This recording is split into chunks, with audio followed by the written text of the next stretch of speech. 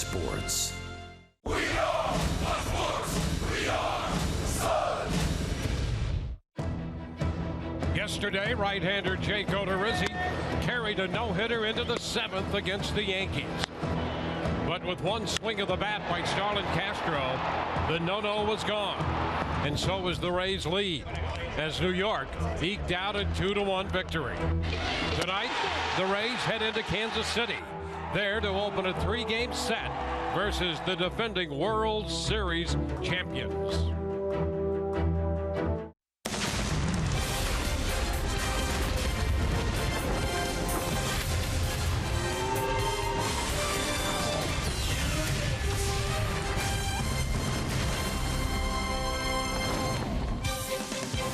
Tonight, we greet you from the nation's heartland, Kansas City, Missouri, on the evening of Memorial Day, when we pause to pay tribute to those who have given so much to so many.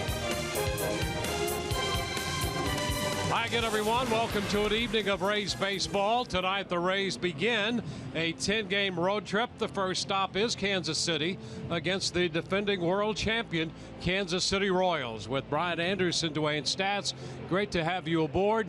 Brian, the Rays come in 4 games under 500. More and more, they're going to look for production from the middle of the order, led by Evan Longoria. And right now, what you can say about Evan Longoria is he is making his hits count. I mean, he is driving runs in a big way. The last 2 ball games, counting a sacrifice fly, Evan Longoria has had 4 plate appearances where he has gone out there and driven in at least 1 run. And, he's using the whole field back up the middle, showing some power. That big hit yesterday, you thought that was going to be the difference because that was a real pitcher's duel.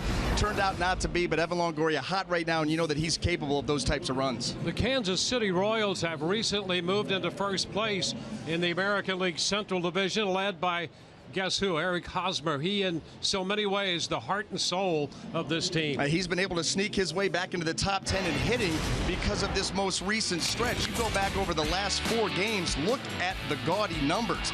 9 out of 17. It's a .529 average. He has a home run, and he has driven in 30% of his runs in the last 4 games. Again, another reason why he uses the whole field. Hit the ball to left, back up the middle. He'll pull the ball that's in, and right now that ball looks like a watermelon to him. And for the Rays to solve this lineup, this Kansas City lineup, Matt Andriese will go to the hill tonight. For more on the young right-hander, we'll go to the studio to Rich and Orestes.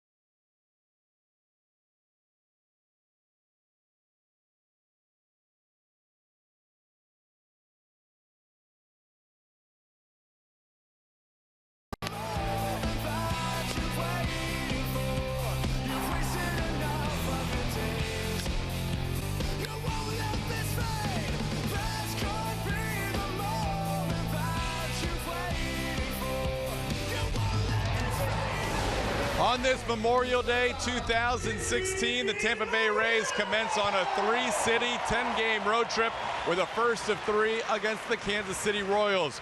Brad Boxberger, for him, it's opening day as we are nearing the 50-game plateau of the season, and the Rays are thrilled to have their American League saves leader back in their bullpen. For Boxberger, he was named to the 2015 All-Star team as the Rays All-Star by the Kansas City manager Ned Yost. So here he is in his return, taking on the Kansas City Royals. Last year was phenomenal in our Toyota Inside Look. Boxberger with those AL leading 41 saves. Consider this, the Rays won just 80 games all of last year, so Boxberger saved more than half of the Rays wins in 2015. Boxberger pitched in his rehab assignment for 3 different minor league teams, and we asked him about controlling that changeup and also where he thinks he's going to come into the game. Good. I finally got a feeling for it over the last couple outings and been able to utilize it well. So I've got the feeling back for that, and fastball location is there, so I'm ready to go. Don't have any expectations right now. I'm just expecting myself to go out there every day and take the ball in whatever situation it is. And if that's in the 9th, great. If not, then we'll go from there and just take every day as a new day and be able to help my team in any situation I can. Definitely adds some thickness to the Rays bullpen. Tampa Bay thrilled to have Brad Boxberger back in the fold. We are ready for baseball between the Rays and the Royals, and for all the action, we take it upstairs to Dwayne Stats and Brian Anderson. All right, Todd, thank you very much. The Rays begin this road trip with a 3-game series in Kansas City. Let's take a look at the starting lineup presented by your Southern Ford dealers. Brandon Guyer is going to lead off tonight for the Rays. He'll be in left. And at shortstop, hitting second, is Taylor Motter. Evan Longoria assuming his spot, number 3 in the lineup at third. Steve Pearce hits cleanup at second. Logan Morrison at first. Steven Souza Jr. in right field. Corey Dickerson is the DH. Desmond Jennings hits 8th and plays center field. Hank Conger will do the catching.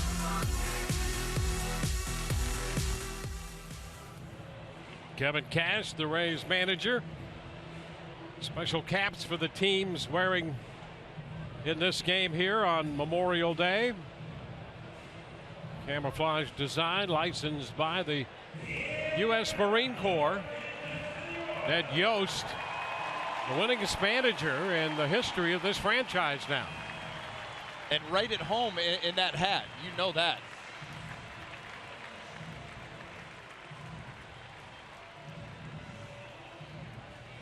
Those 495 wins for Yost. He has surpassed Whitey Herzog's numbers.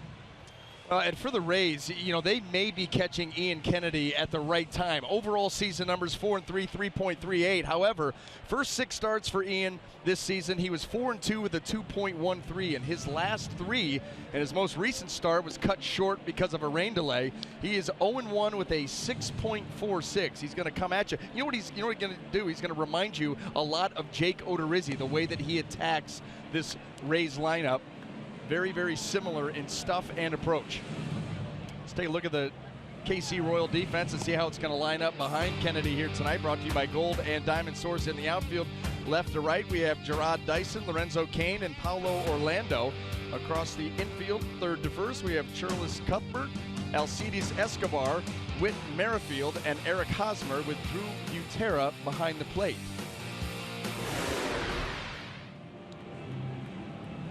This has been a difficult place for the Rays to play in recent time. First of 7 games they will play this year against Kansas City. And over the last 4 seasons, the Rays are just 6-20 against the Royals and just 1-12 here at Kauffman Stadium. The Cold Hard Facts brought to you by Clean Crisp Coors Light. Well, that's why. I mean, that tells the story right there, why you're 4-16. You're not scoring runs and you're giving up a ton, whether you're a starter or a guy coming out of the bullpen. And right there, those numbers go all the way back to 2010 and how difficult it has been to go up against this club.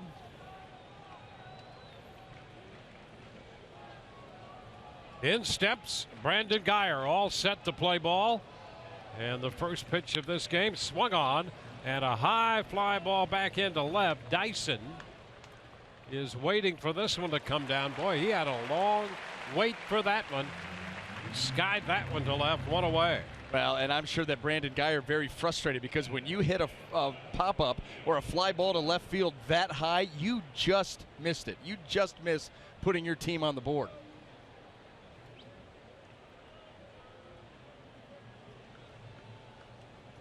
Taylor Motter. Motter hit an even 200. There's a strike. Couple of home runs for Motter.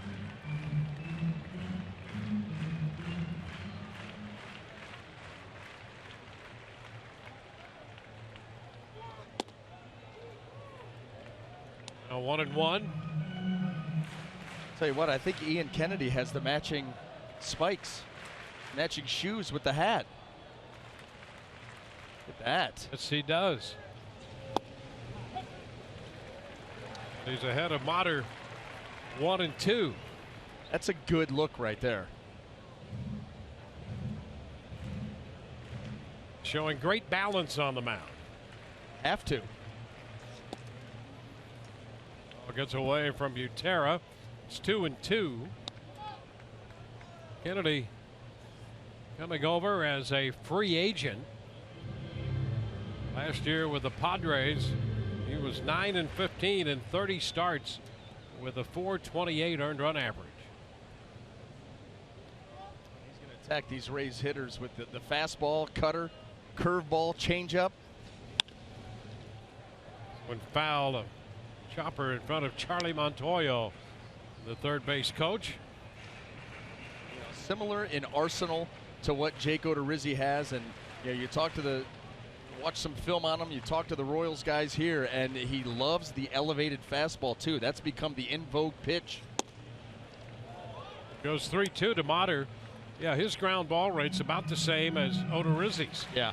So they are, you're right, a lot alike in a lot of ways. How good was Jake yesterday? There's a base hit through the hole for Motter, and the Rays have a base runner. Yeah, it's a shame to pitch as well as Jake Odorizzi did. It was perfect. One out into the 6th inning and didn't give up a hit until the 7th, and it turned out to be crucial. And you know what? He owned it. That was the thing that you really like, the accountability. But Jake Odorizzi said, I made a mistake, and one swing cost us the game. It gave them the lead. He said he didn't even turn around to look where that ball went, has no idea where it ended up, but said that one mistake, and we ended up on the losing end, and that's on me.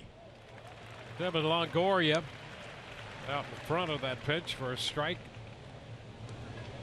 Evan has hit well in this park. As we mentioned at the outset, the Rays have struggled here at Kauffman Stadium.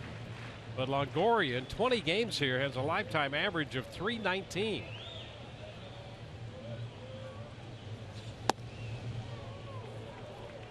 One and one. Dale Scott got down there and gave that one a very close look. For good reason. That was a very close pitch. It could have been 0-2. Well, let's hope that Evan Longoria, his last couple of games, roll into the success that he's had here in this ballpark. Rays need someone to step up on the offensive end. That's going to be a strike.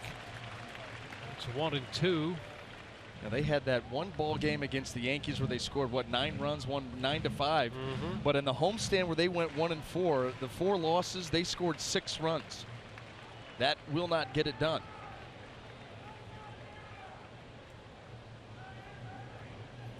Motter back in at first. Bob Davidson is the umpire over there. So these pitchers must be on their best behavior with Bob Davidson, the first base umpire. He's a big fan of the balk. He is. I mean, when that becomes part of your name, Balk and Bob, then yeah, you had better be technically and fundamentally sound. And the breaking ball, he drops it in there for a strike. How about that? Yep.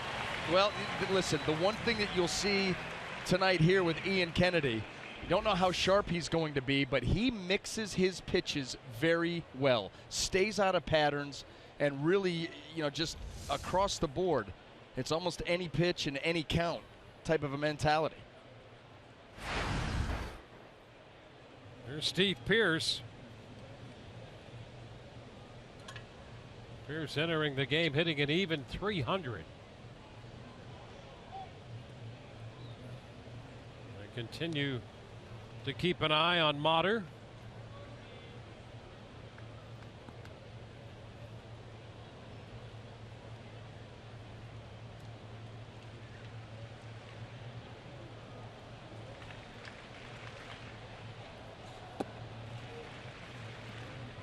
Kennedy's been all around the zone, not missing by very much on that one. 1 ball. Now this is where you do wonder if the Rays put Motter in motion. 2 outs, try to get into scoring position.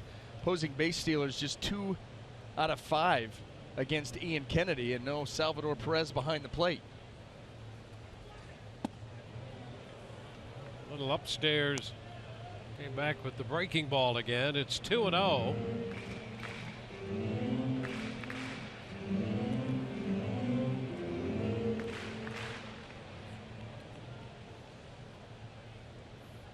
Kennedy out of Huntington Beach, California. He went to USC.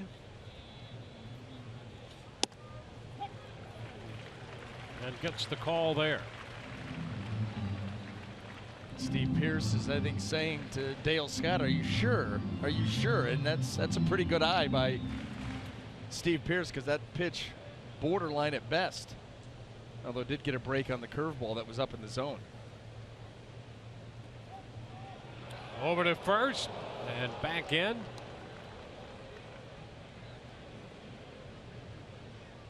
And Bob took a pretty aggressive approach going at Motter there. That was close, and that was a pretty short lead. Go to the back edge with the right arm. And again over to first base. Rays have these 3 in Kansas City, then into Minneapolis for 4 against the Minnesota Twins. Finish the road trip with 3 in Arizona, in Phoenix against the Diamondbacks.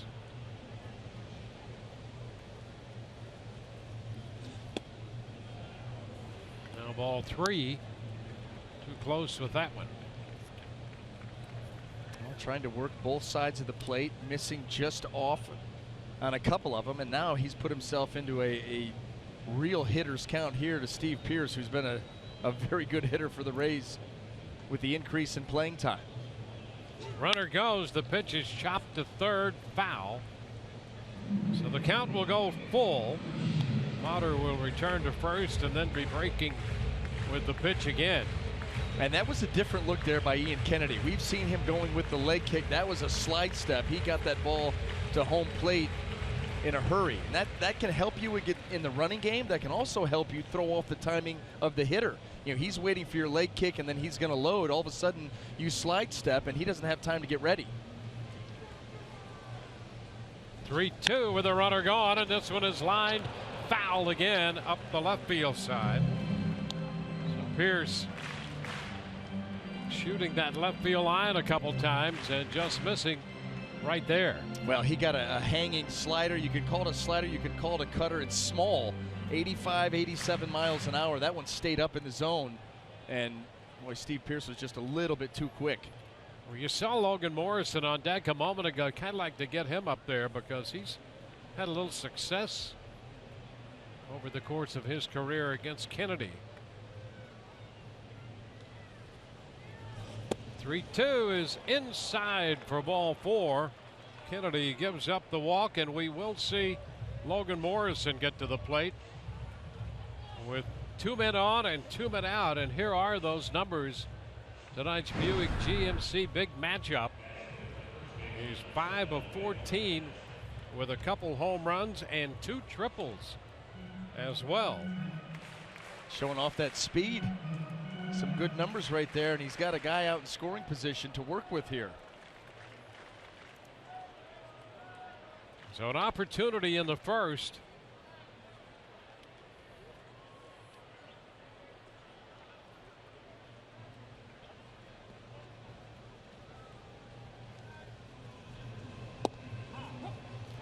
Pitch is in there for a strike. Well, and when you've had such a lack of success here like the Rays have going back to 2010, this team, the Royals, playing good baseball right now for the last couple of weeks, very important to try and get the jump on them. And here's a golden opportunity to do just that, especially in this building. There's a foul ball back. He had a good cut at a fastball right there. That ball ran, tried to come in, and this ball runs right back over the heart of the plate. You would love to get another shot at that one. That's what Logan Morrison is thinking right there. That was your pitch.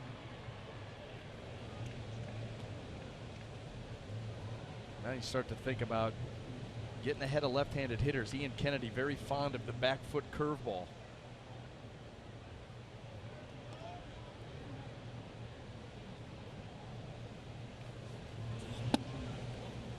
Misses up.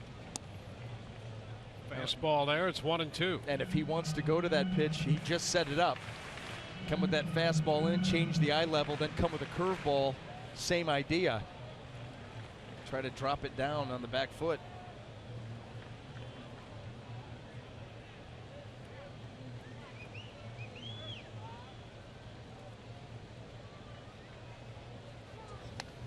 And the foul ball back.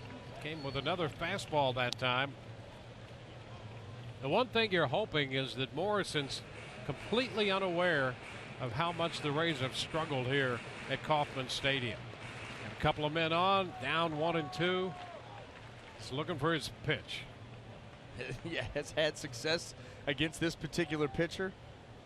Absolutely right, because this has been a house of horrors as far as the Rays are concerned.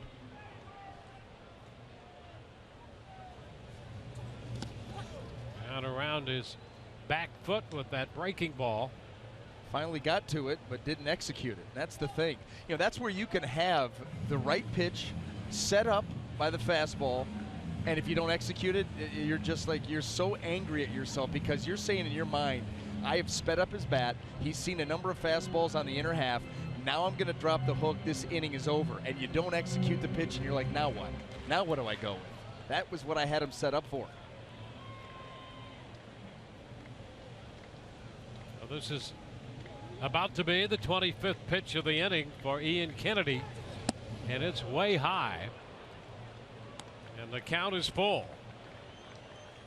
Well, he got ahead of Morrison, but now 3-2, and the runners will be off with the pitch. Steven Souza Jr. is hoping to get a chance to swing the bat in this inning.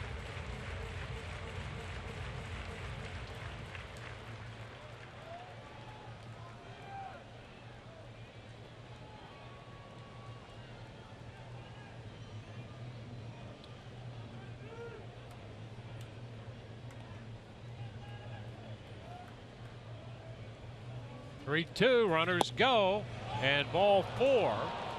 The pitch wide, and the bases are loaded.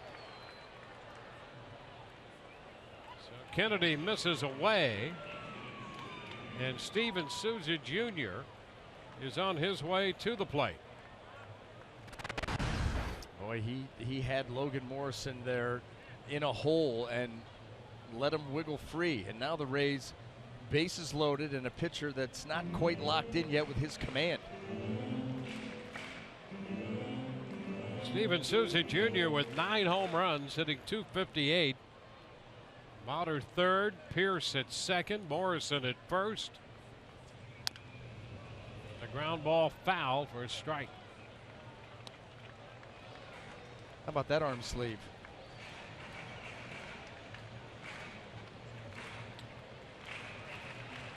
Impressive. It's a good look.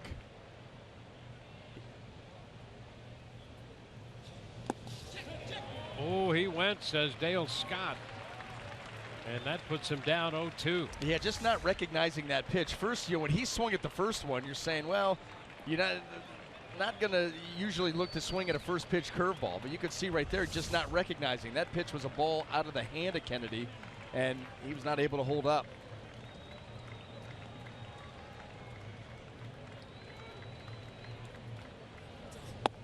And there is a fastball painted on the outside corner at the knees.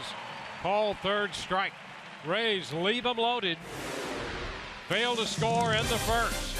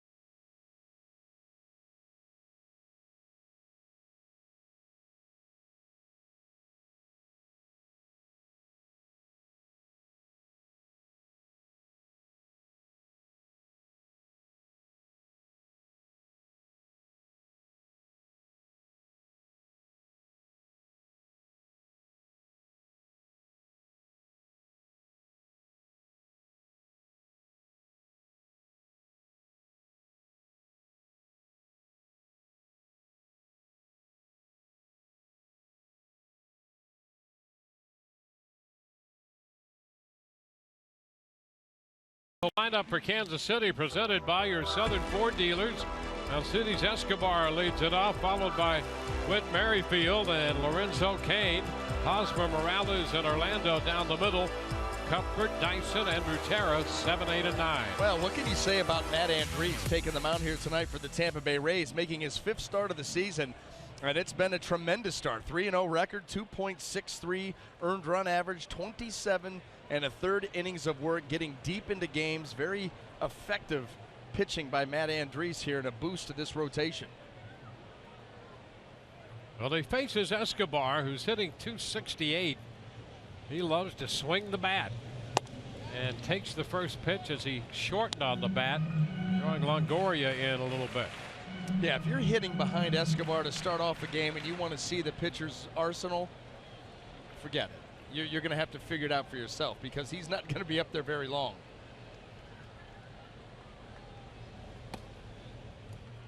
Takes this one low. It's 1-1. Well, here he is taking the first 2 pitches. We could be coming close to a record here.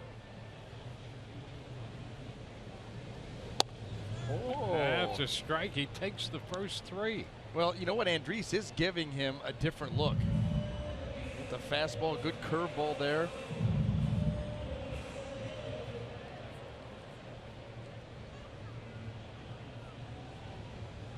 Right back to it. And he chases it and is tagged by Conger. So Escobar strikes out. Yeah, this will not be an at-bat that Escobar will be putting anywhere near a highlight reel. Doesn't swing at the first 3, but then goes after that one. That breaking ball way out of the zone. And if you're Matt Andriese, if you're Hank Conger, you put that right back into the back pocket. And remember that for later. If he's willing to expand to that extent, you can do some things with him. Yeah, he got that at bat backwards. Yeah. He's usually swinging at the first pitch and not the last pitch. Merrifield, and he takes a strike. Fastball in there. Yeah, especially when that last pitch was a breaking ball that was a foot into the left-handed hitter's batter's box.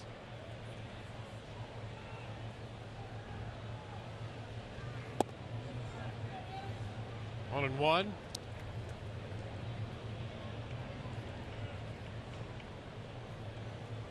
Kansas City 27 and 22 on the year.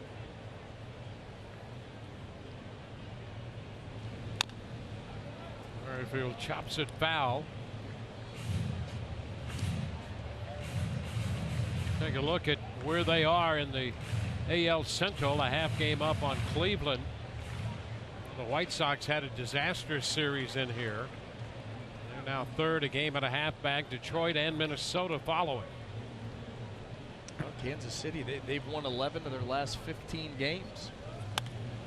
That's climb right back through there. You remember, it wasn't that long ago that Chicago was in first place, and whoever at the time was in second was 6 or 7 games back. I mean, they had a huge lead in that division, and then the Royals have kind of gone crazy. Chicago has cooled way off. Yeah, Cleveland's gotten involved. Royals were 7 games back at one point. And there is strike 3 called on Merrifield. 2 up, 2 down. Well, a quick start here for Matt Andriese, but at some point he's going to get his defense involved, so let's take a look at it. Brought to you by Gold and Diamond Source. In the outfield left and right, we have Geyer, Jennings, and Sousa Jr. And then across that infield, third to first, Longoria, Motter, Pierce, and Morrison with Hank Conger behind the plate.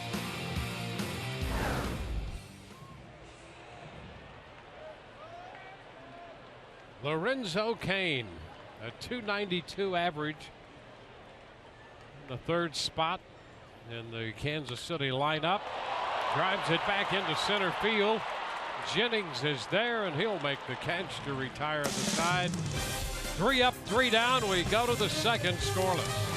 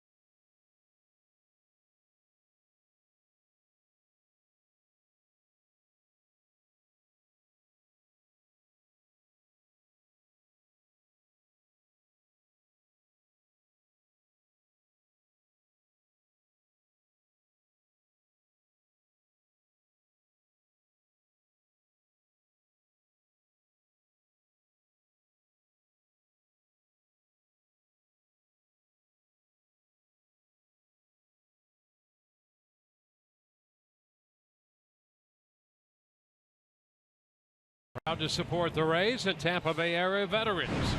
For every game the Rays win, Duke Energy donates $1,000 to area agencies working in support of our veterans. Duke Energy, powering Florida with more than just energy. They're supporting our veterans and other charities as well.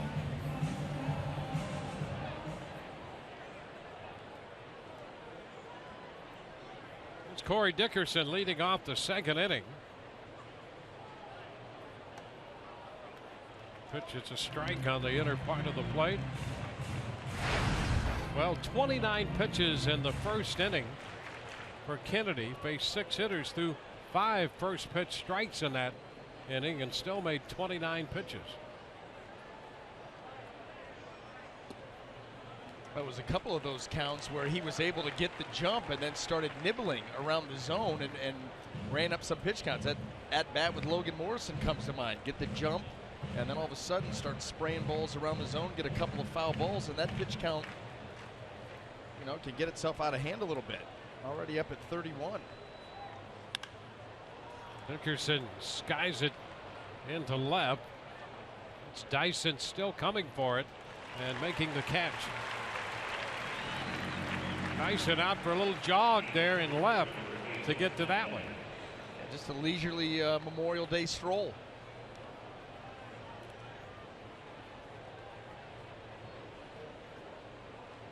There's Desmond Jennings. Desmond getting a start. He's a 278 hitter here in this park against Kansas City with one career home run here. Strike the count as he fouls it back.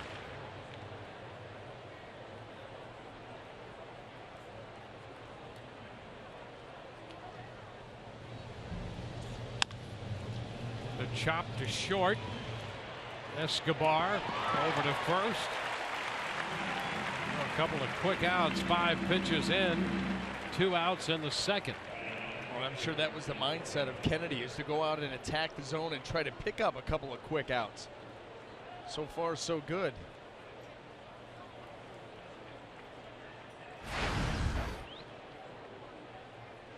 Hank Conger.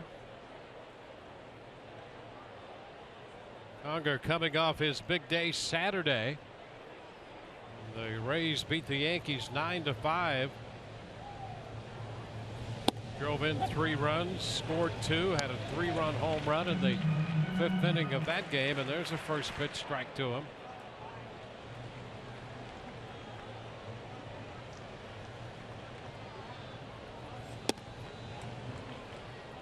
One and one.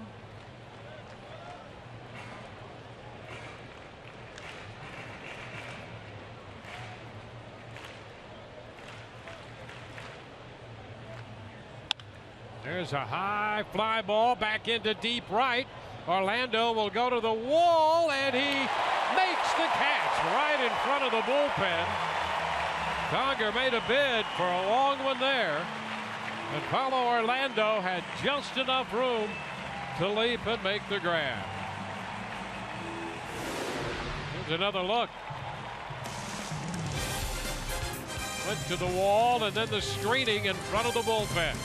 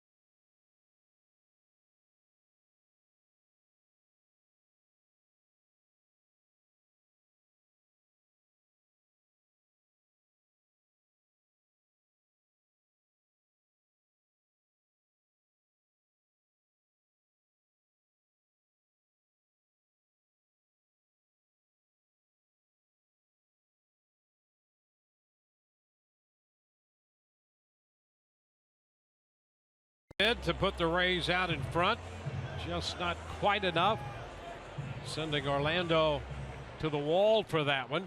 So we're scoreless, headed into the bottom of the second. Matt Andriese on the hill to face Eric Hosmer.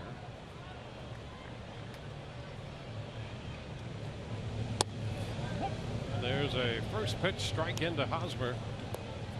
A 10-pitch first inning, 3 first pitch strikes in that one.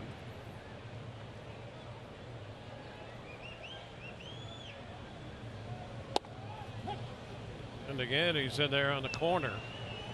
0-2. Well, Matt Andriese is applying the pressure here tonight so far for the Rays. I mean, he is not letting these Kansas City Royal hitters get comfortable at all, in attack mode and very sharp early.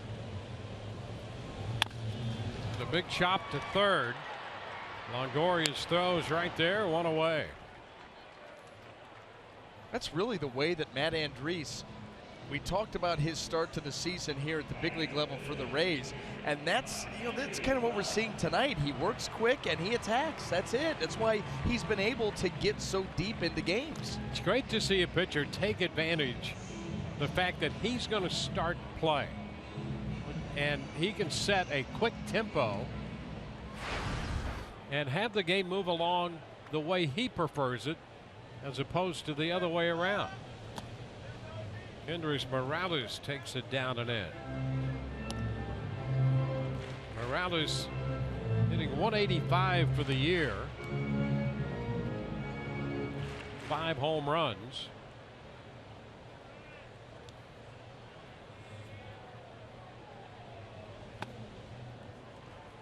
(2-0). He's done most of his damage in terms of average from the right side against lefties. .311.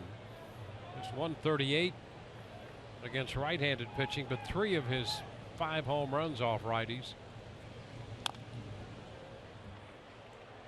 2-1. And he's one of those classic lift guys.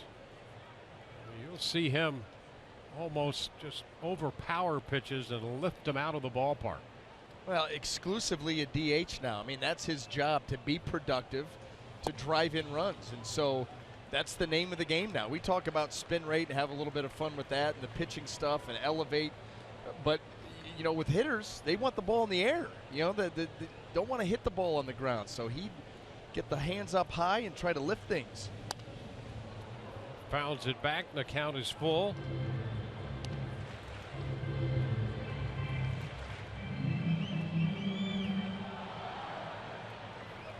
Orlando on deck.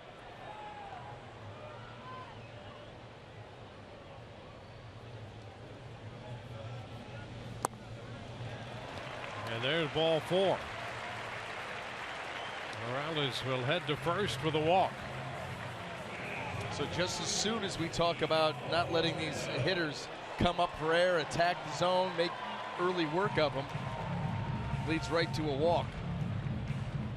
It's the 7th walk he's given up, and this is 5th start.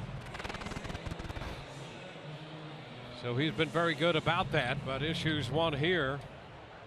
Paulo Orlando now at the plate.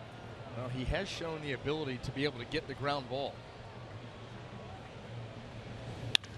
Line drive, base hit. Left center field. Geyer's going to try to cut it off. Morales heads to third. The throw toward third, and into second goes Orlando.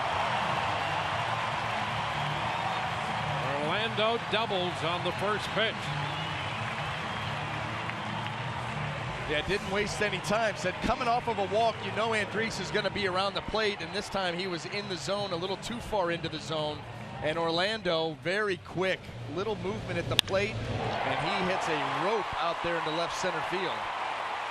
Able to push Geyer deep enough that everybody's able to go 180 feet. And Orlando has been hot. That gives him a 13-game hitting streak.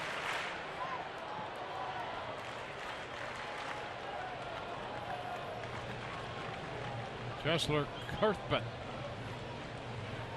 the third baseman. Cuthbert hitting .257. Ground ball right side. Pierce thought about coming home, goes to first, and the Royals get a run. And I would have liked to have seen him throw home. I think he had time to be able to get Morales. It's not like Morales is a burner. Had the right idea, but just didn't pull the trigger. Let's see, fields it there. Yeah, I'll tell you what, he comes right up there with the crow hop and fires home. And he absolutely has a great chance of getting Kendrys Morales, especially because where the bat was, Morales was not going to be able to slide. Yeah, and I think what we're seeing there is some of the uncertainty of not playing second base as much because, of course, Forsythe being out. Pierce has, in many ways, done a great job, but I just think lack of experience there comes into play here. Well, and right there, you've got the bat right there, so it's not even like he's going to be able to slide. He's going to have to go in standing up. Now, Steve Pierce can't see that, but the sense of timing, I think you're right, Dwayne. It's just not being out there regularly, just didn't quite trust, enough to make that throw. But he definitely would have probably gotten it.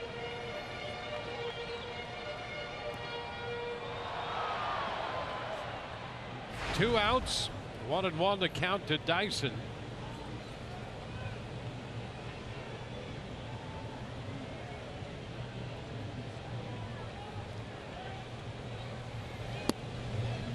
That's a strike call.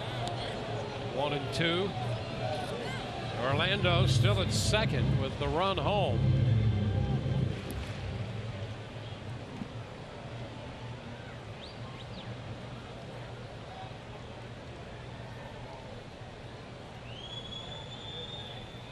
As it turns out, the walk has cost him a run. Dyson out on strikes. He did go. That will retire the side, but the Royals get a run. 1-0 through 2.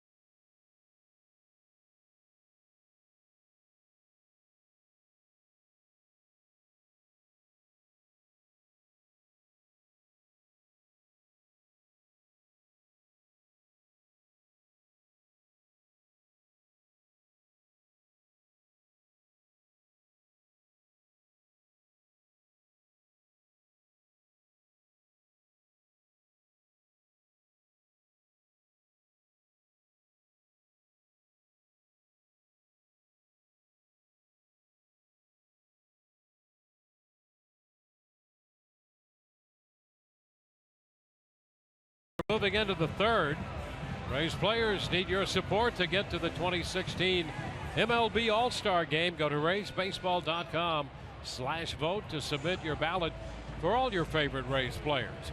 You can vote up to 5 times every day. Go to RaysBaseball.com/vote now. Top of the order, Brandon Guyer. And the first pitch to Guyer is a strike. That's 9 out of 10 first pitch strikes for Kennedy, although he had a 29 pitch first inning, only 8 pitches in the second. This one sweeps wide, 1-1.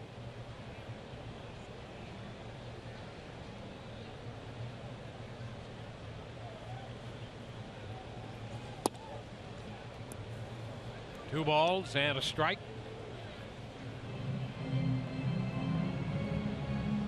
Boston has beaten Baltimore 7-2.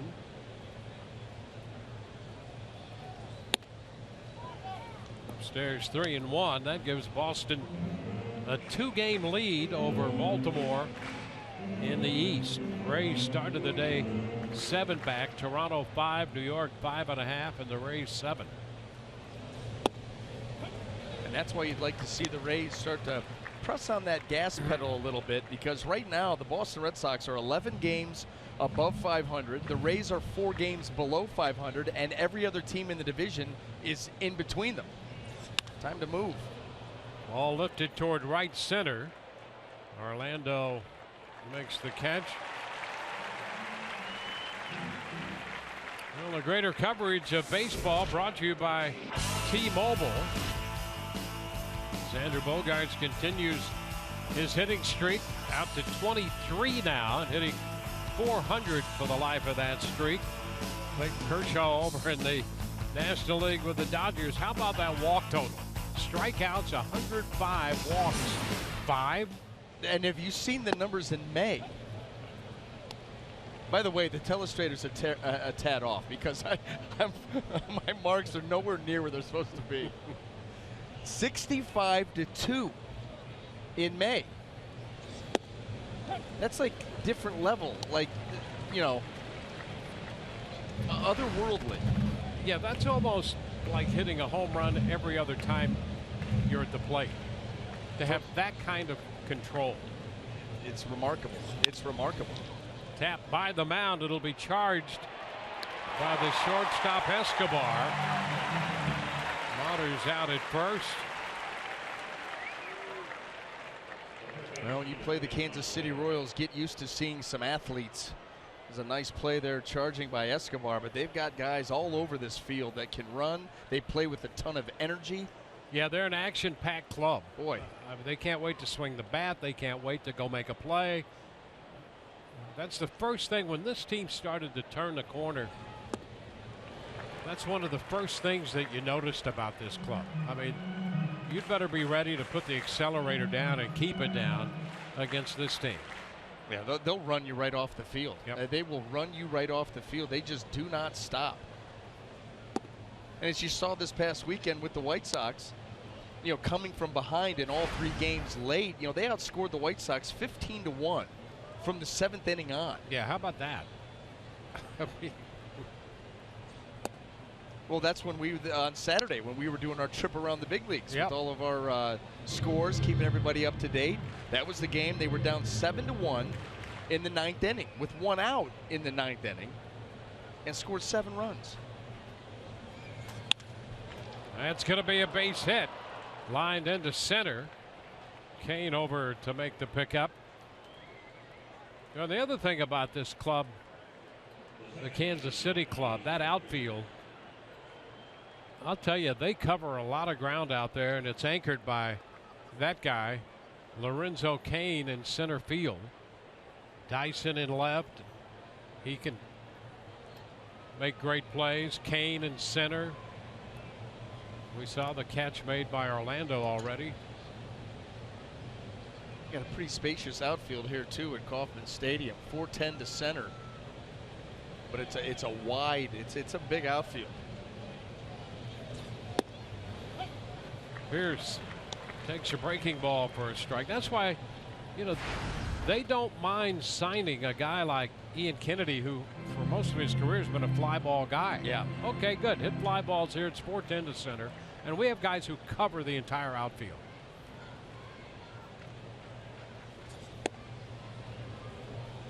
One and one.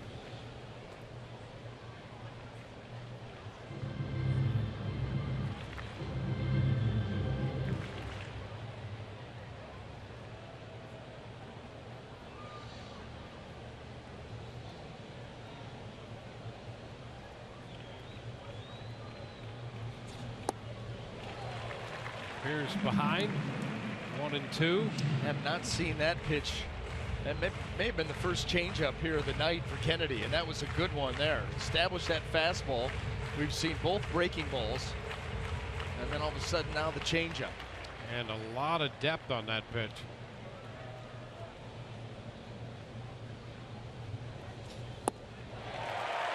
Well, again, Pierce out on strikes. 1-0 Kansas City.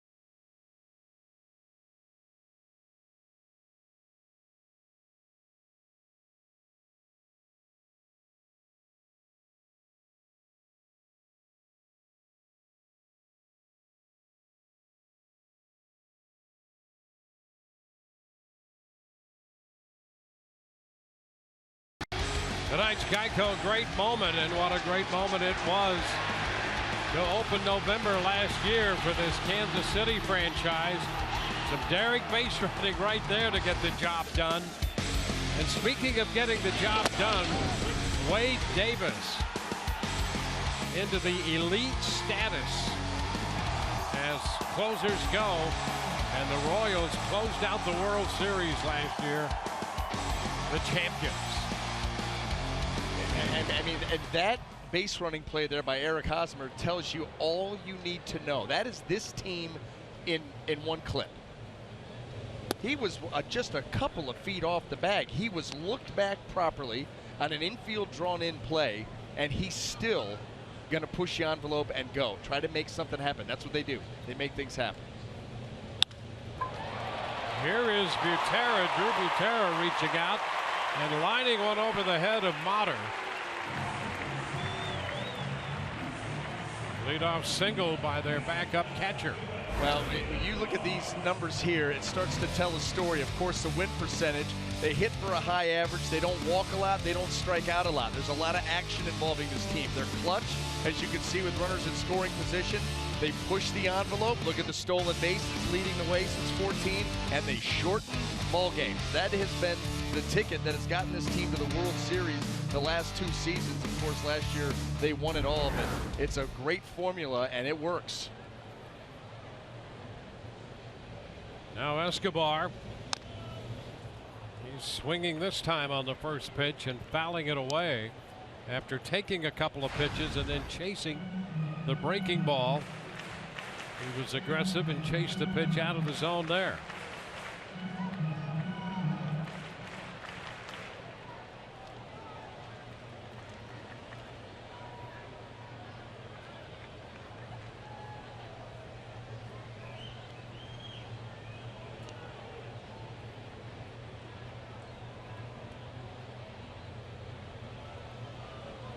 I mean, they believe in putting the ball into play as quickly as they can.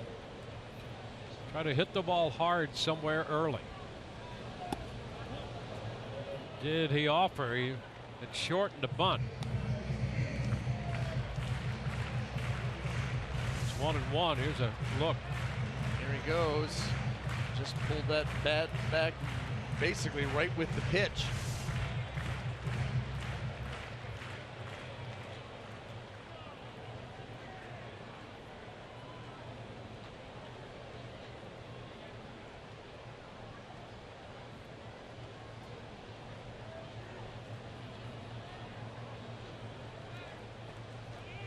Runner takes off.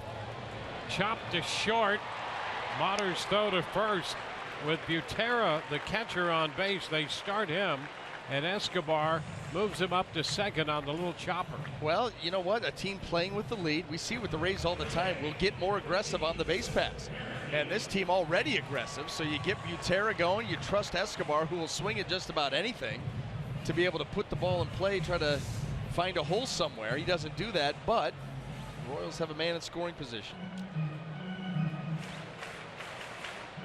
Well, in that situation, if he makes contact, you got a pretty good chance of advancing the runner. If he finds a hole, I mean, you're setting up a pretty good inning. With the heart of the order starting to wrap back around here, Merrifield in the 2-hole, and then you got Kane and Hosmer and Morales. You're right. Merrifield chops it toward the middle. Pierce grabs it over to first. Butera goes to third, and Merrifield is out of there. 2 gone.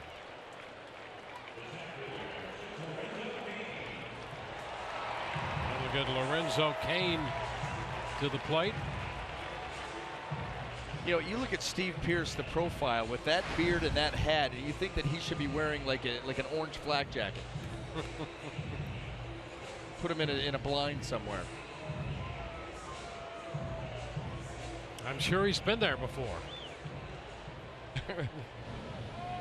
There's no question. I mean, it looks just too natural, Yeah. right? Mm-hmm. Sure does.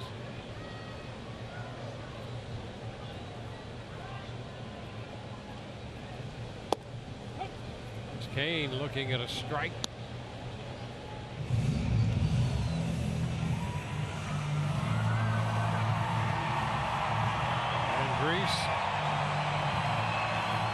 Facing the third man in the order, second time through the lineup.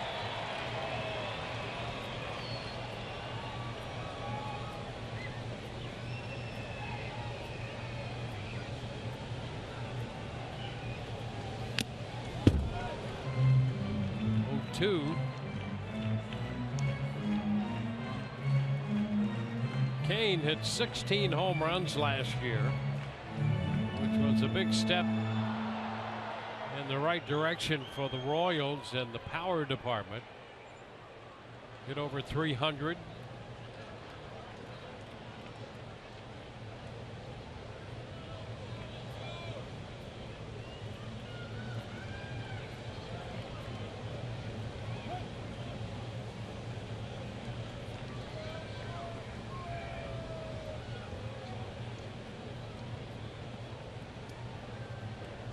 Butera opened with a base hit. He's been advanced to third. There's a roller. Motters throw to first, going to be in time. Cain is out of there. 3 ground balls following the single. On to the fourth. 1-0 Kansas City.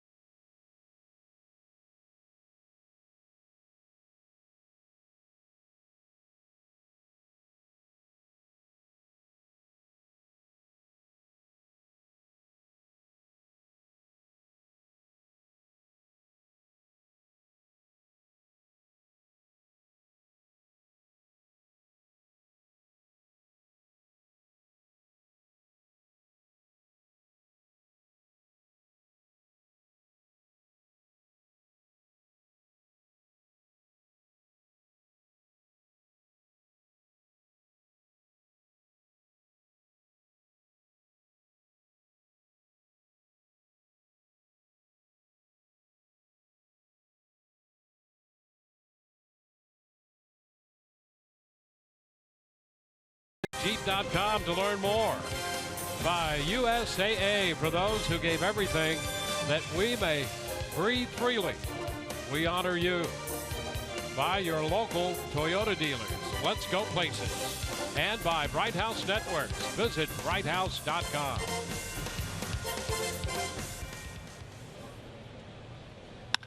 First pitch here in the fourth to Logan Morrison. Drilled deep to right by Orlando, and he plays that carom, what carom there was, off the fencing, and he's going to hold Morrison to a single. Boy, he drilled that one, but against the fencing in front of the bullpen. Well, Orlando was playing deep already, and then this ball is shot out.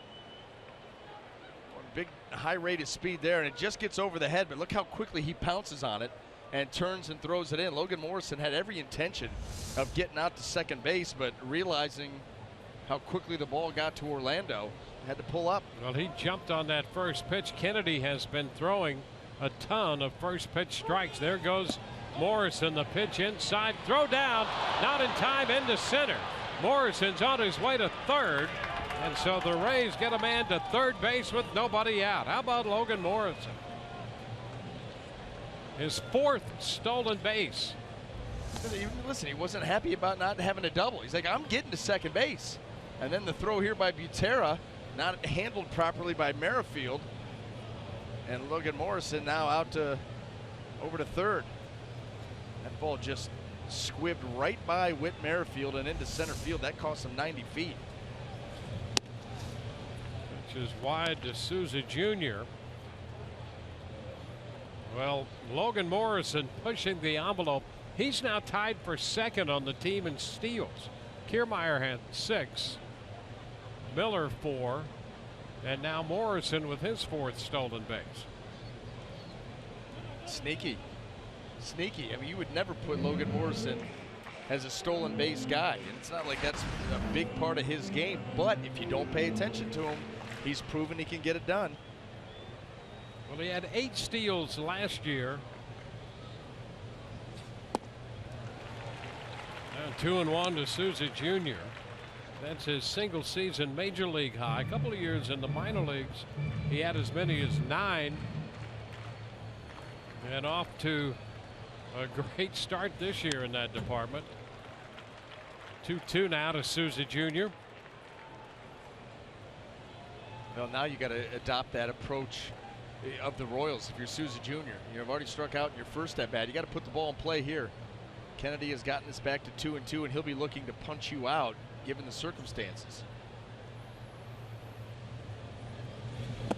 And he does exactly that.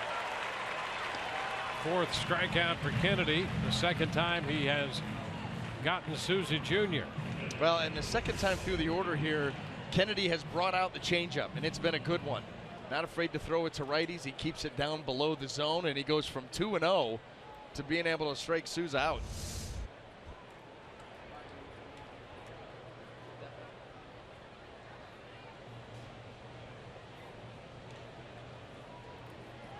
It's Corey Dickerson.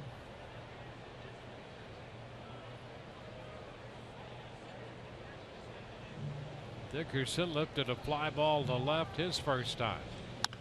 A little ground ball headed to second. Merrifield's going to take it to first, and Morrison was not going to be denied. He took off for the plate as soon as contact was made, and this game is tied. How about the 2 runs, the way that they've scored? But there was going to be no chance, I don't think, to get Morrison here. Aggressive secondary, and he's going right away. Merrifield would have had to come up throwing there on the run, and you could see Butera pointing to Merrifield to go to first base. Don't even attempt it to me. Take the out there. Corey Dickerson's happy because it tied this game up. 20th RBI for Dickerson. Now a 1-1 game. And right back to the first pitch strike. 0-1 the count on Jennings.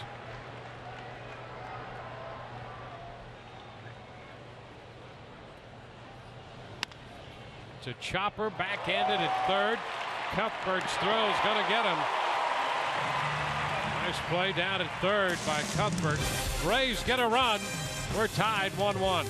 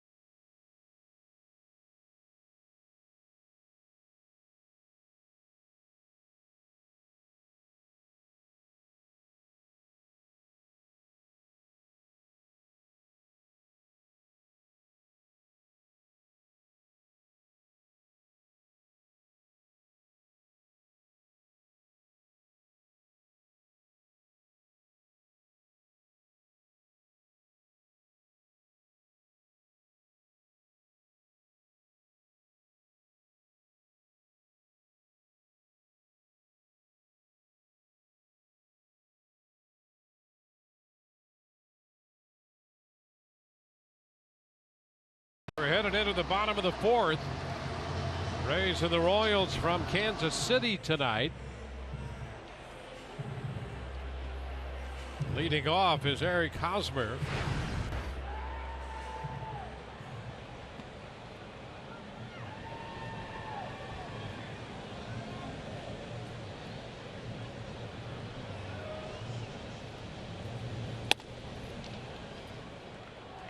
Takes the pitch high.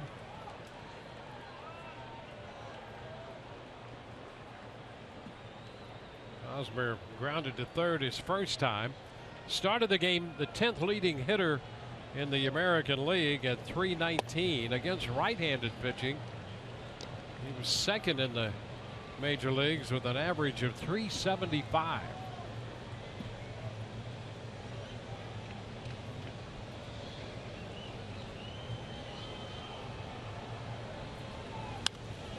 It's fouled straight back.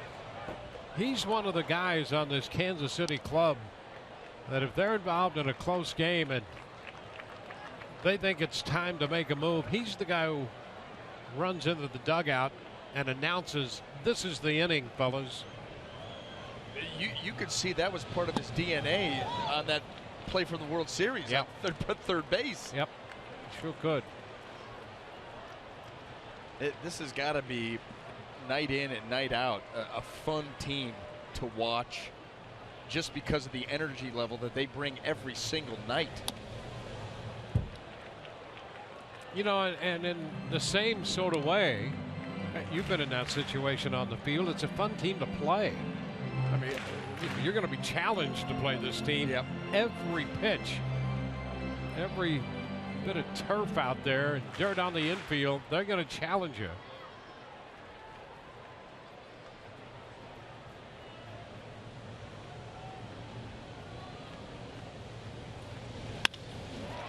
Sharply hit, one hop, and Pierce has it. That takes care of Hosmer out, second to first. 4 consecutive ground ball outs. So 6 of the outs have come on ground balls. He has 3 strikeouts.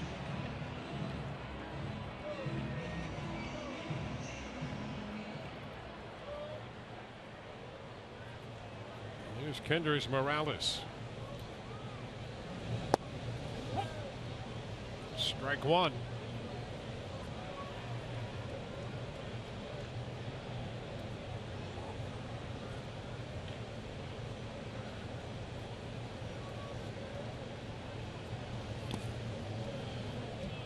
It's 1-1.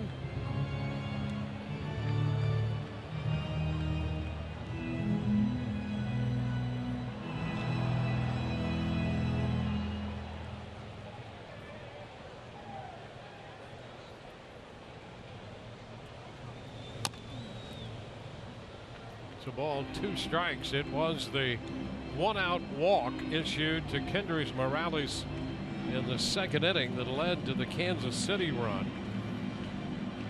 With the third on Orlando's double.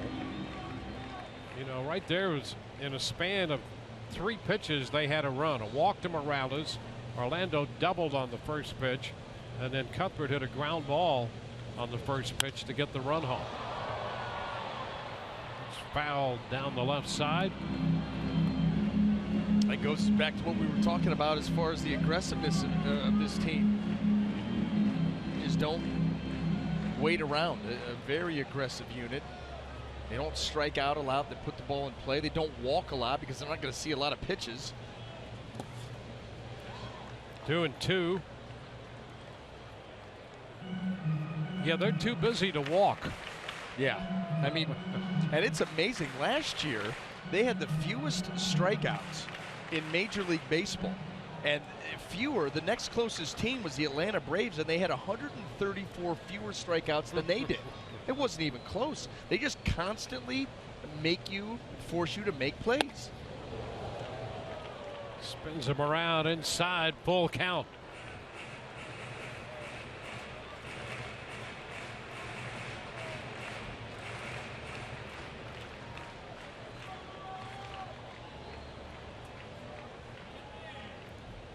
So for the second time, he's gone 3-2 on Morales.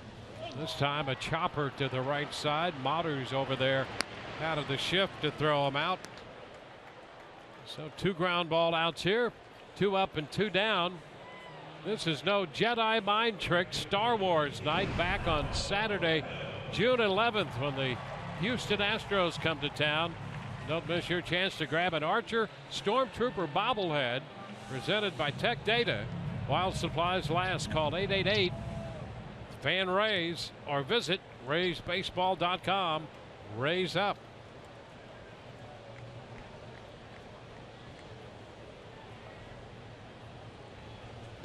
Orlando chases that pitch, strike 1. He doubled on the first pitch in the second inning.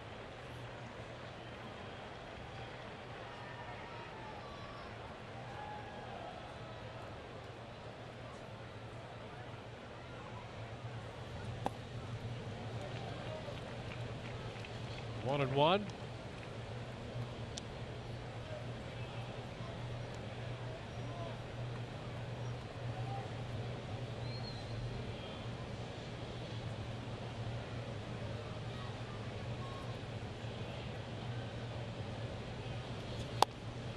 Did he go?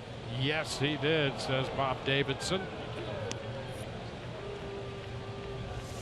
Breaking ball down and away, a little too far. Good call by Davidson.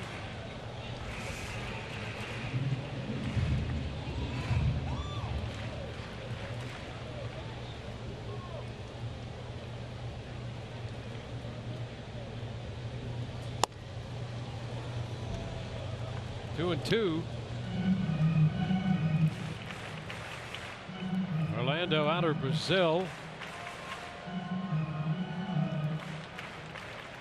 Cuthbert on deck.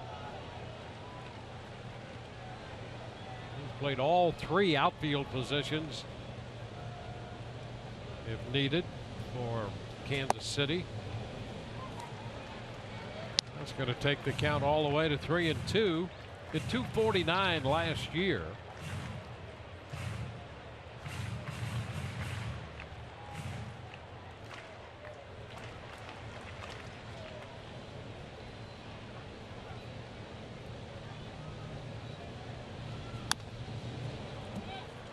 Taps it foul. So we'll see it again on 3-2. Yeah, how about the fact that you're at 3-2, and if you look at Fox Tracks when it comes back up, look where the pitches are. Almost all of them below this. I mean, nothing's in the zone. You talk about being aggressive, wanting to swing the bat, and Andriese trying to take advantage of that.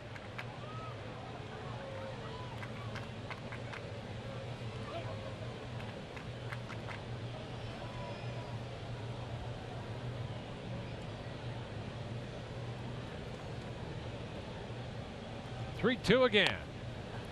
He chops this one foul. Well, Orlando, like a lot of these hitters, he's up there swinging all the time.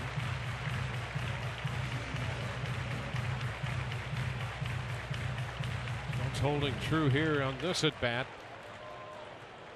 This will be the 8th pitch of the at bat.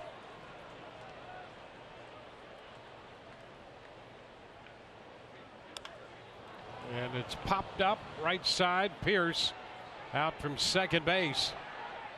So it's a 1-2-3 inning. On to the 5th, tied 1-1.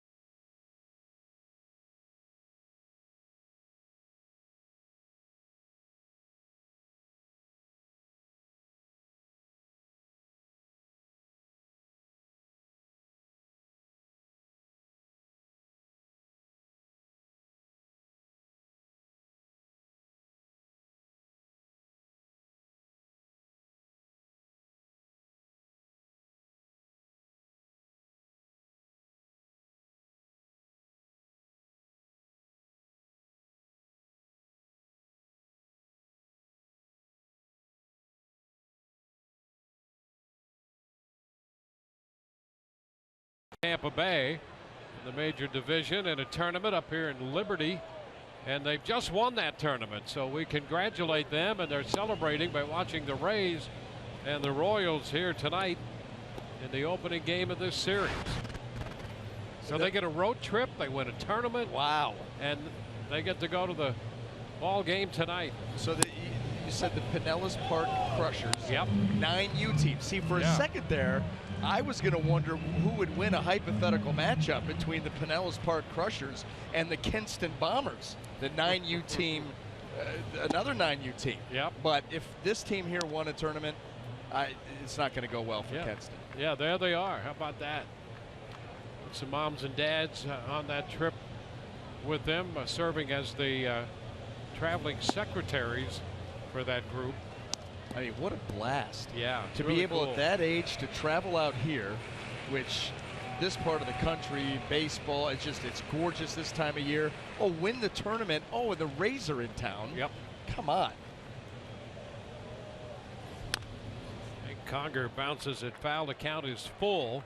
Yeah, they got to the championship game and they were hoping that it wouldn't be too long, wouldn't take them too long to win, so they would get into game time for the Rays and the Royals. So they took care of business. A little waving going on there. Congratulations. Another long one by Conger out of play. So you can take care of business. Like you go out there, just run rule them. Run rule them and be done. So that's really great work out here. And congratulations. And now they can relax and enjoy the Rays and the Royals go at it. Conger draws the walk. So the Rays get their leadoff man on for the second straight inning. Logan Morrison singled his way on into fourth and was very aggressive getting around the bases to tie this game, and now Conger's aboard. Yeah, now you get to the third time through the lineup. Everybody's had a good look here at Ian Kennedy. Base runner aboard, tie game. And a wide open hole there on the right side. Brandon Geyer looks at a strike.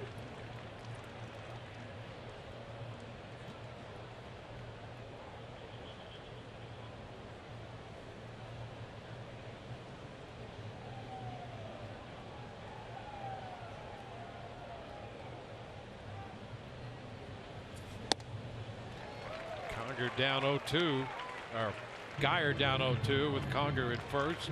Conger walked.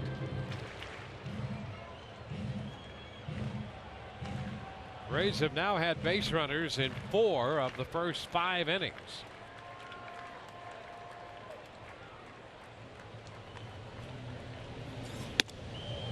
Upstairs.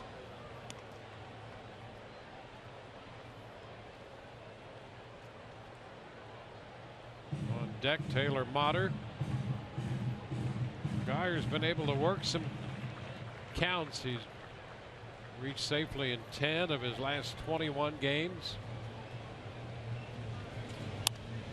And extends the at bat, fouling that pitch away.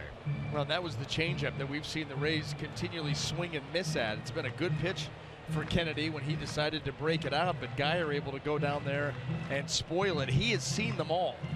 He has seen them all, and Kennedy wants to either go for that strikeout or get Brandon Geyer to hit a ground ball. And a miss wide, not by much. 2-2. Well, that's a good eye to take that pitch, 1-2. Yeah, I mean, well, yeah, good strike zone discipline. Not going to be able to do much with it. You see that ball off the plate. See Brandon Geyer choked up a little bit on the bat. Kennedy again off the plate, down and away this time. So what was a 1-2 count now is a full count.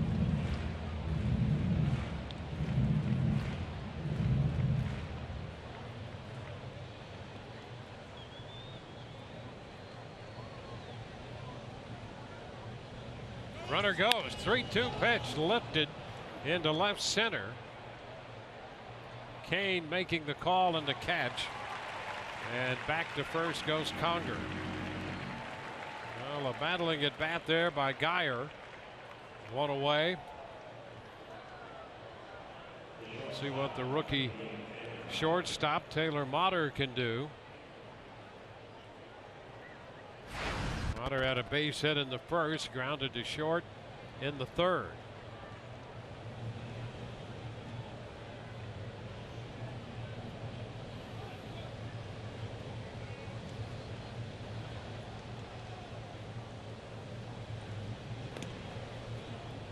Conger walked to open the inning.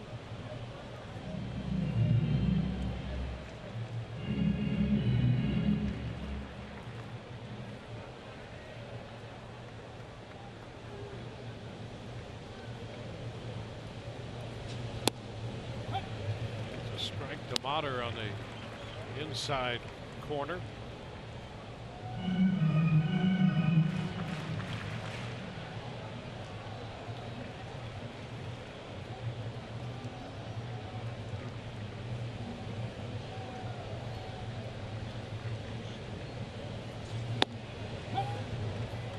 And that's going to put Motter down in the count. 0-2, working both sides of the plate there and picking up the corners. Yeah, Kennedy's had a couple of lapses where he's let some counts, leave him just a little bit. But for the most part, he's been pretty good with the command in and out, pitching from ahead and making pitches when he's needed to.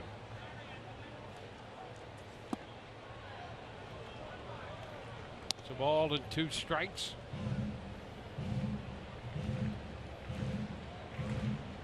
Evan Longoria is on deck.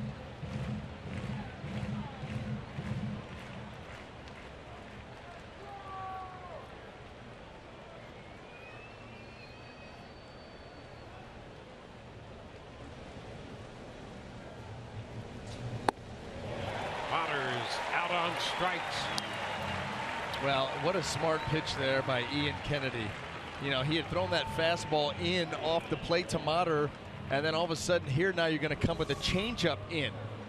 And so you immediately, you pull the trigger, you think that's another fastball, front hip opens, here you go, and you're just way too quick.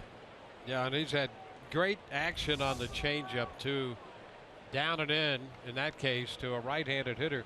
And that's the one thing about him. He'll throw that changeup to both left-handed and right-handed hitters and not blink an eye. Yeah, and that's not always the case. A lot of right-handed pitchers, especially starters, that against a left-handed hitter, they're very, very aggressive with the changeup, and they don't throw it at all to the right-handed hitters, or very rarely. He's one of the few that just mixes. He mixes well. Now ahead of Evan Longoria, 2 strikes. Evan had a base hit in the third. He is now 2 of 11 lifetime against Ian Kennedy. And as we mentioned at the outset, a .319 lifetime average here in this ballpark with 3 home runs. But behind in the count now. Fastball straightens him up, and it's 1-2.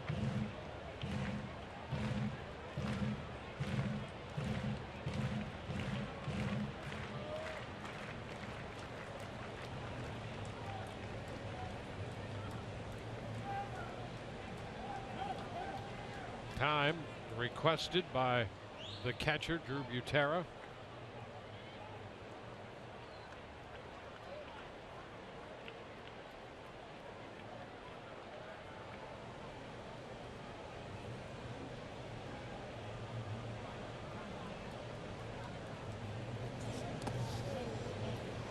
Sweeps wide. Longoria did not chase.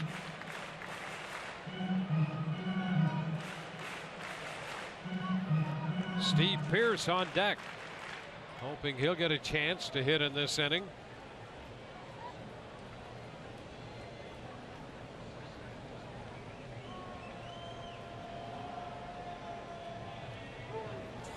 Longoria hammers it foul, well foul. How did he get to that? I mean, that ball was shoulder high. Those are the ones you typically, if you're going to swing at it, you swing through it. Look where this ball is.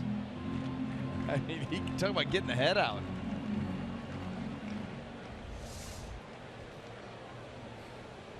Be wary of the changeup here.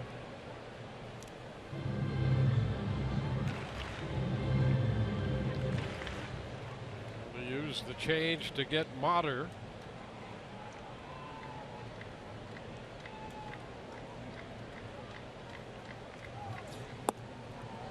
And a take on the pitch down. He hurt us. So again, the count goes full.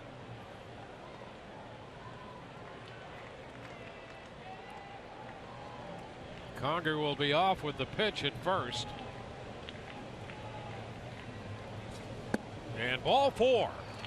That moves Conger up to second. As Longoria, who fell behind, draws the walk.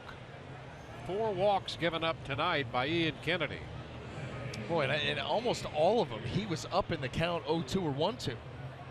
At least it seems that way. Now it's Steve Pearce. He's walked and struck out. He struck out swinging on the changeup in the third.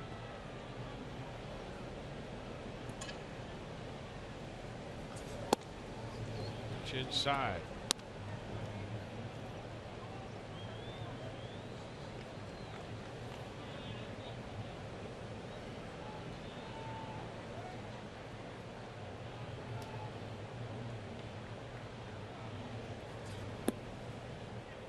Pierce gets the count. Running in his favor, it's 2-0. It's Logan Morrison on deck.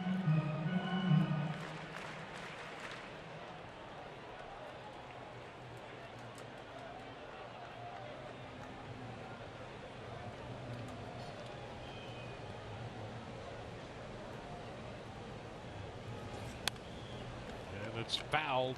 Fastball. 2-0 fastball, foul right back into the screen. Kansas City scored a run in the second inning on a ground ball by Cuthbert to get Morales home. On a ground ball to second that Pierce decided to take to first instead of go home. Rays got a run on a ground ball in the fourth. Pierce fouls it out of play. It's 2-2. Morrison scored the run on Dickerson's ground ball for the Rays in the fourth.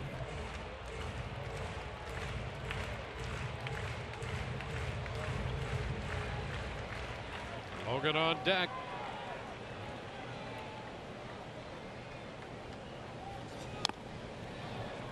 A tap foul keeps the count right there at 2-2.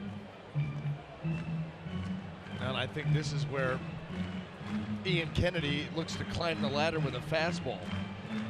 Been able to sneak a couple in there against Pierce, and you just slow him down there with the changeup that he's able to spoil. And then I think you come here with the fastball up in the zone and try to gas it.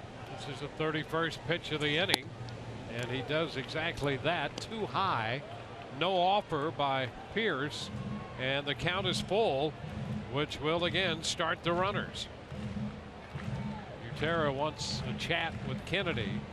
Well, Kennedy made 29 pitches in the first, and here he is with 31 now in this inning.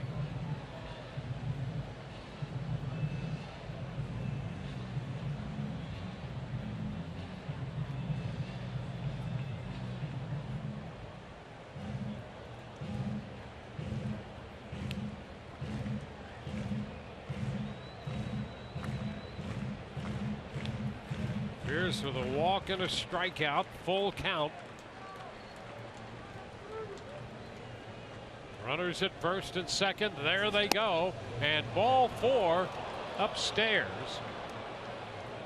3 walks in the inning, and the bases are loaded for Logan Morrison. When a lot of these walks, you know, Kennedy puts himself in a good position, and then he starts to nibble.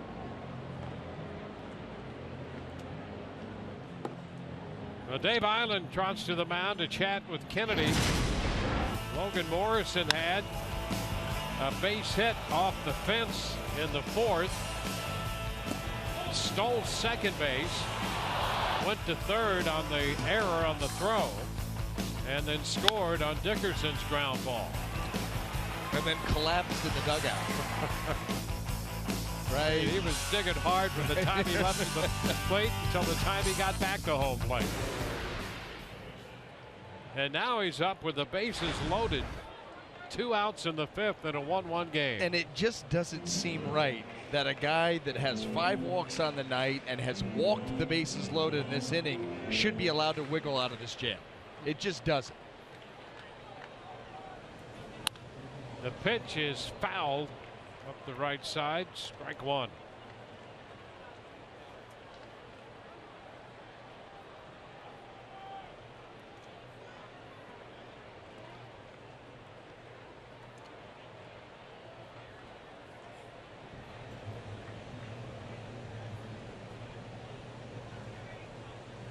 A 2-out opportunity for the Rays to break the tie. It's a nice take. A little low there. It's 1-1.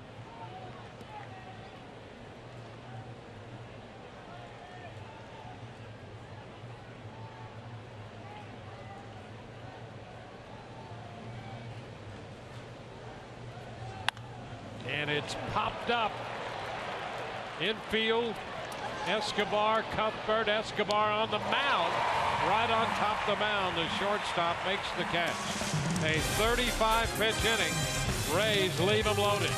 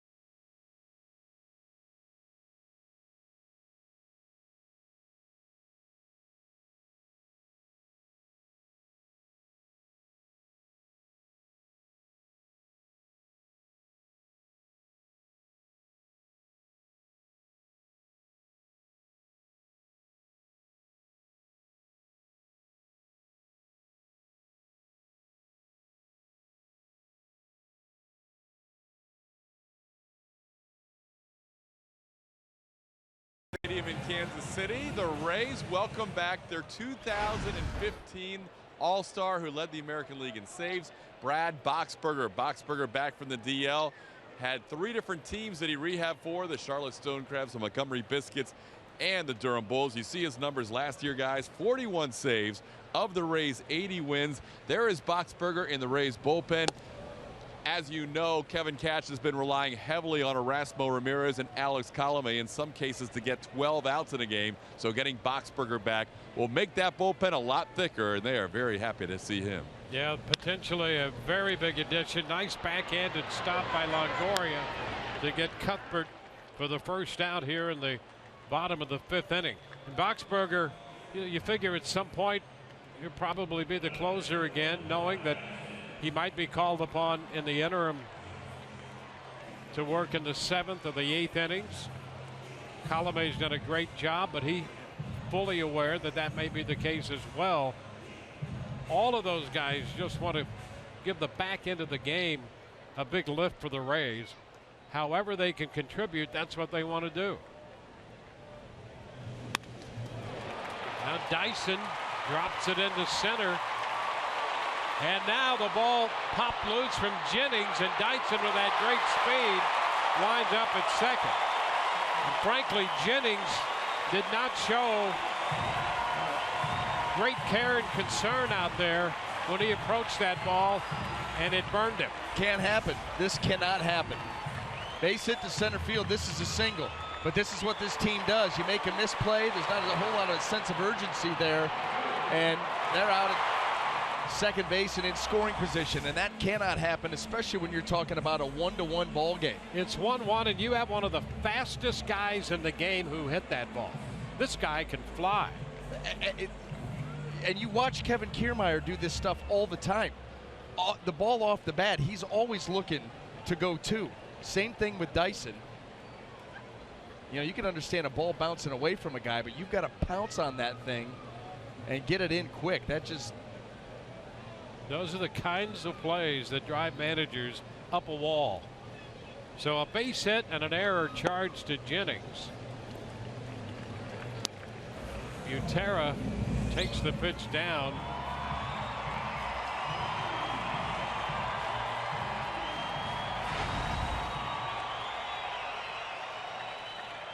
Butera had a base hit in this game back in the third. One out, a man in scoring position.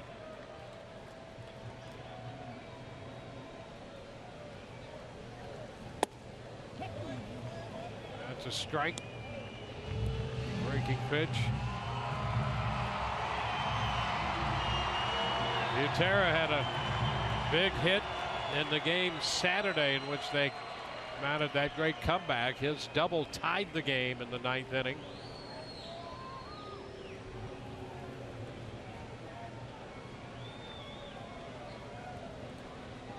Now the turn, nothing doing back at second, but Dyson had widened that lead, took a little bluff start, and Pierce broke to the bag. Well, you've got to stop him here. You know, with one out, got to pay him proper attention, or he will try to swipe third off of you.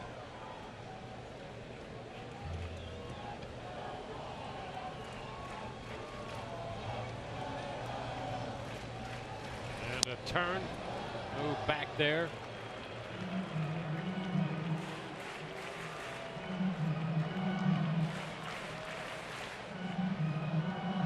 Dyson reaching on the base hit, moving to second on the error.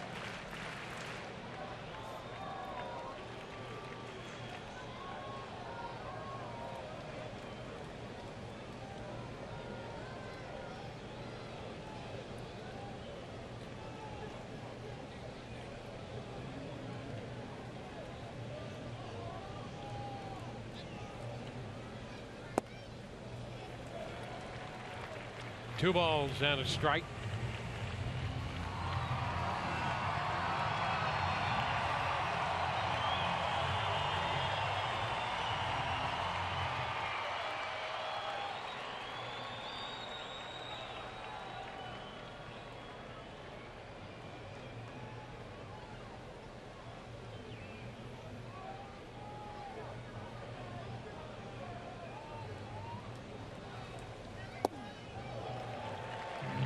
Three and one.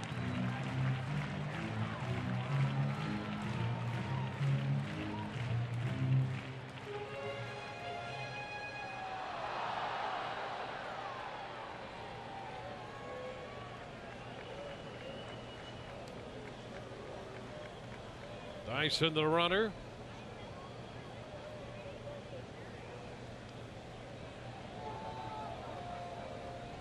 There he goes, headed to third. Throw down is over the head of Longoria into left. Dyson will score the go-ahead run. Dyson steals third, scores on Conger's error. And what a smart time for Dyson to go. You know, Matt Andriese had put himself into a bad count, 3-1, so he knows that he's concentrating on making a pitch. Not going to be paying him the same kind of mind, so he pushes the envelope, And the throw from Hank Conger way offline. Got a good pitch to handle. Actually, a fastball working in, but just obviously didn't get the proper grip on that ball, and it shot out of the hand. Well, I think that timing of that stolen base was brilliant. 3-1, pitcher's got to make a pitch. That's where his concern is, and you pick it up and make something happen. Now Butera's at first after drawing the walk, and Escobar takes a pitch for a strike. And I'll tell you something else, Butera is a catcher. On that first pitch delivered by Andriese, given the opportunity, he had a great secondary lead. He was moving towards second, and now there's a throw over there. He's only about a step and a half off the bag this time. But this team, you cannot put it past them to have their catcher be aggressive over there off the bag. Well, Ned Yost is like, you're going to send Logan Morrison on us. We're going to send Drew Butera on you. Maybe a Kendrys Morales if he gets out there.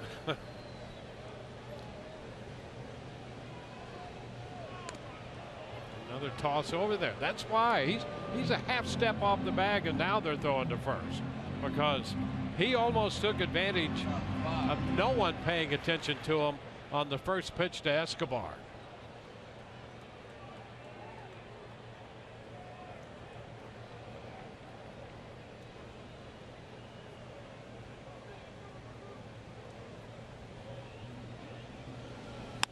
Ground ball short. Motter. Pierce, that's one, and over to first, that's two. 6-4-3. The go-ahead run scores. It's 2-1 Kansas City.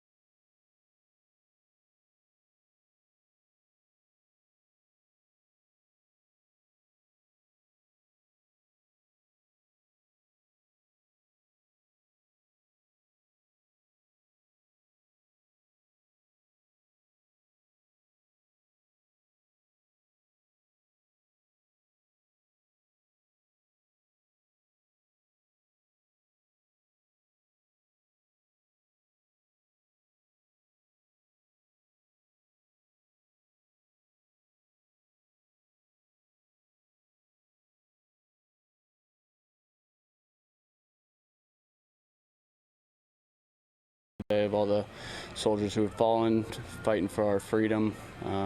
Just want to thank you guys and know to those families out there that their sacrifice doesn't go unnoticed. Here in Kansas City, we go to the 6th inning with Steven Souza Jr. leading off. He bunts out in front of the plate. Butera makes the throw to first, and Souza Jr. with a couple strikeouts tonight and 3 yesterday, tries to bunt his way on and is out number 1 in the 6th. You could hear the communication between Kennedy and Butera up here in the booth. That's why that play went so smoothly for the Royals. This is just a pop.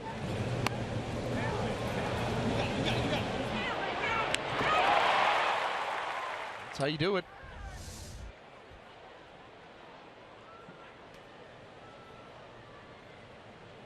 Now the catcher Butera taking charge back there. He caught the final out, by the way, of the World Series. Dickerson taking a strike. Perez had been lifted for a pinch runner in the 12th inning of Game 5. So Butero was back there, and he's playing in the place of Perez now. They think it could be a week, 10 days maybe. And they'll see how he progresses, Perez, after that injury on the quad. Now Cuthbert coming down from third base went right into that quad. Went in for an MRI. You're thinking maybe the knee could have been involved. That came back clean, which was good news because the injury news for this team in the last week and a half has not been good. Ooh. Good cut in the miss, 1 and 2. Well, here's the injury that occurred Saturday.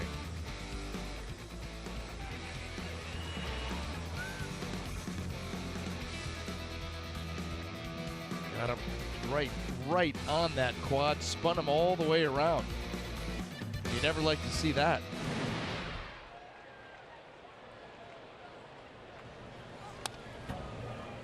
One and 2. So they are without Perez. Moustakas is out for the year with that torn ACL. And Alex Gordon with the fracture in his right wrist. 3 major losses for this Kansas City club. Dickerson chases that one down and in. 2 up, 2 down in the 6th inning. Well, he went back to that curveball that he's fond of against the lefties. He likes to drop that thing down and in. This could be the last inning for Ian Kennedy and trying to go out strong. To 104 pitches right now. And here's Desmond Jennings, 0 for 2 tonight. Hitting with the bases empty and 2 gone. Desmond caught napping in the bottom of the 5th inning on that ball hit by arguably the fastest runner in the American League. And he took advantage of it, Dyson did. And wound up at second base on a hit and an error.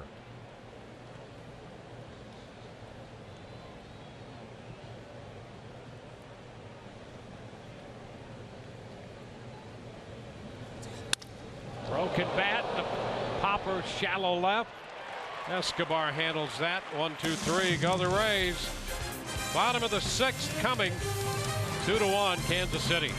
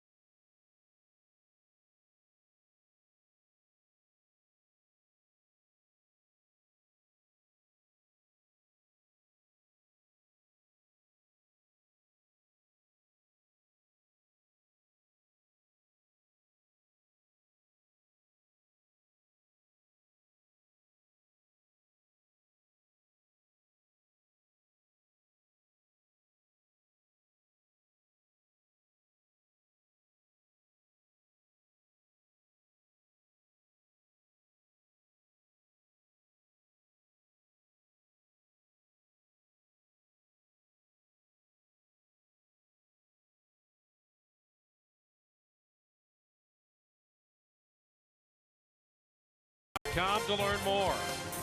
By Geico, 15 minutes could save you 15% or more on car insurance.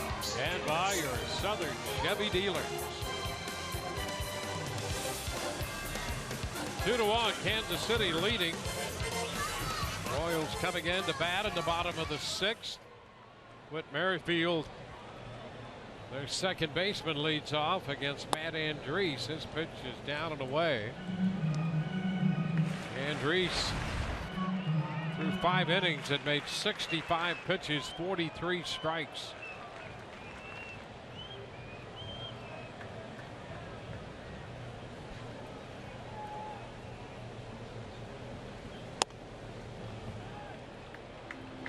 It's 2-0 on Merrifield.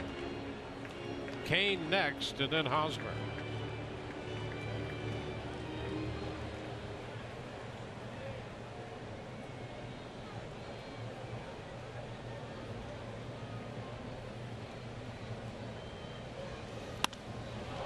Fly ball center field. Jennings makes the catch. One gone.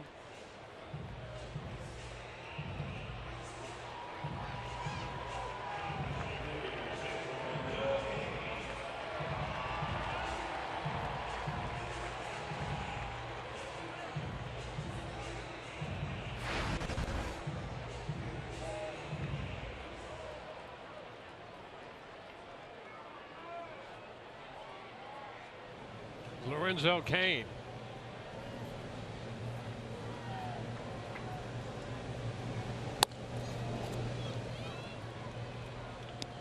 Cain with a fly ball and a ground ball.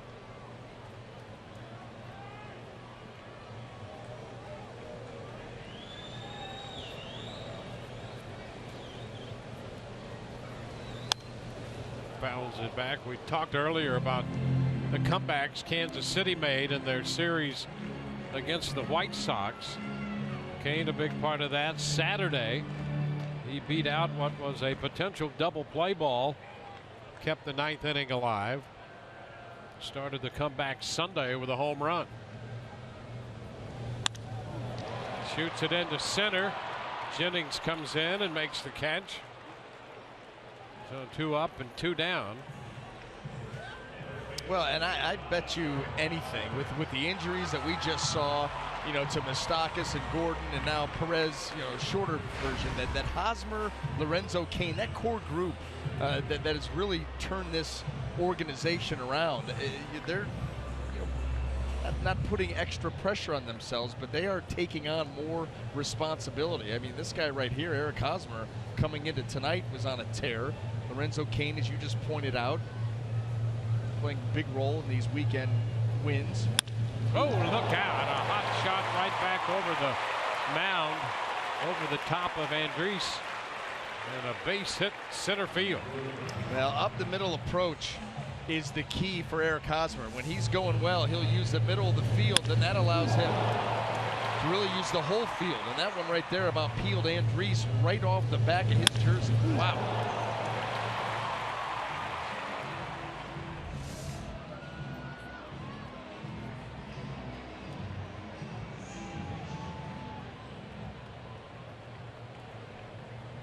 It's Hosmer now at first. Kendrys Morales stepping in. Morales has walked and scored. Grounded out with the shift on last time. Oh, and a balk. Hosmer was standing right on the bag when Andriese turned, and then no place to go, held on to it. You know, Matt Andriese has had issues with the balk. A lot of it is because of his setup. This one is just that he just comes off to make the throw to first and does not make it. And Hosmer was not on the bag, can't do that.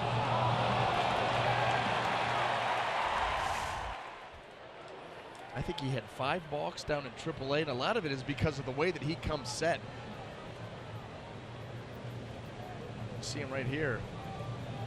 Different.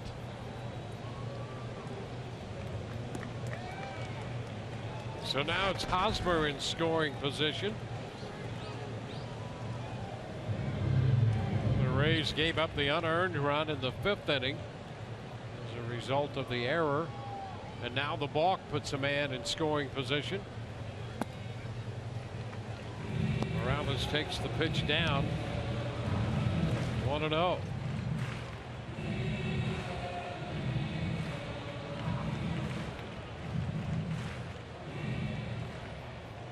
I tell you, that shot that Hosmer hit right back over the top of Andriese, you couldn't help but think about that shot that he hit off Alex Cobb that put Cobb out of commission, and that was a scary moment. 1 ball, 1 strike. Suffered a concussion and missed 50 games, Cobb, back in the 13 season. Try not to think about those things. It's amazing it was the same guy, and he lined that one right over Andriese. Yeah. Well, you know, he has that approach. He can use the whole field. He's hot right now, and he creates a tremendous amount of leverage. You know, strong guy, long arms, and he can really, really send the ball off the barrel of the bat at a high rate of speed. And when you're talking about a pitcher delivering the ball to the plate and where you end up, there's just no time. The chopper by the mound. Mater gloves and throws. Morales out of there. Base hit, the man left, no runs. 2-6, 2-1 KC.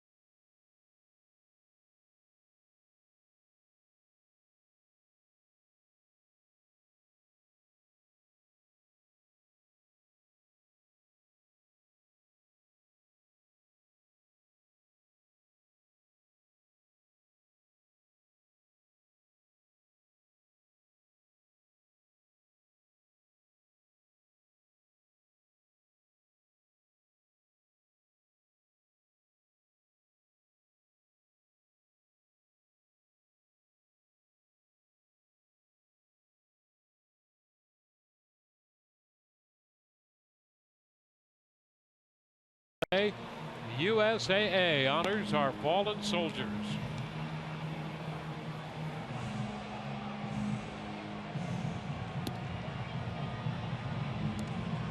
We are through 6. What a beautiful night here with 75 degrees when this game started. And Kansas City's going to go to the bullpen. Well, Joakim Soria coming on for the 24th time.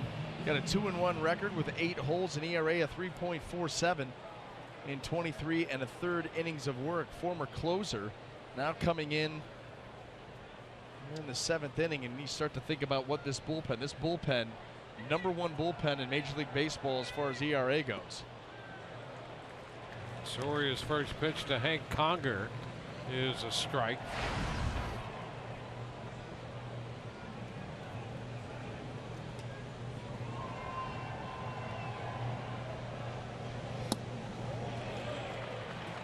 Two. Right back with that one around 93. Soria with Detroit and Pittsburgh last year.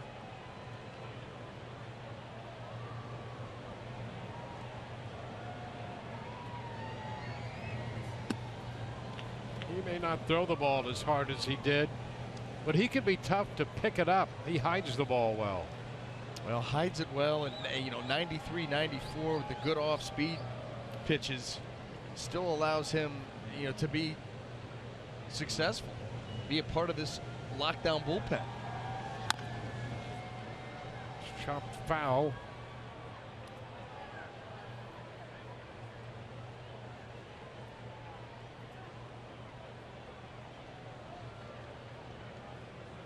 was in 43 games with Detroit, 29 with Pittsburgh.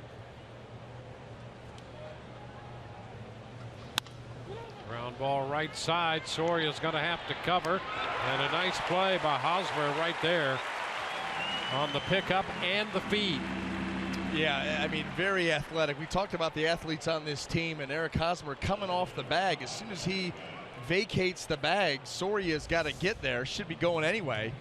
Glove side helps, but now you got to turn and make a throw. Right on the money. Pretty.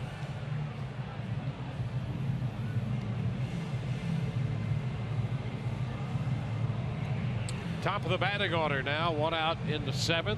Brandon Guyer.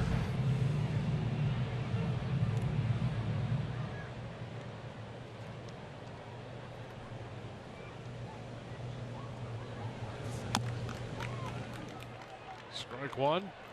A foul ball. Guyer 0 for 3. Soria originally got to the big leagues with Kansas City in 07. 42 saves one year with Kansas City. He had a stretch of 42 saves in 08, then 30, then 43 in 2010. 28 the following year. And check swing and a foul ball. 1-2. 9th year. Look at that, 467 games for Soria. It was with Texas, Detroit, and Pittsburgh. Foul ball. Count remains 1-2.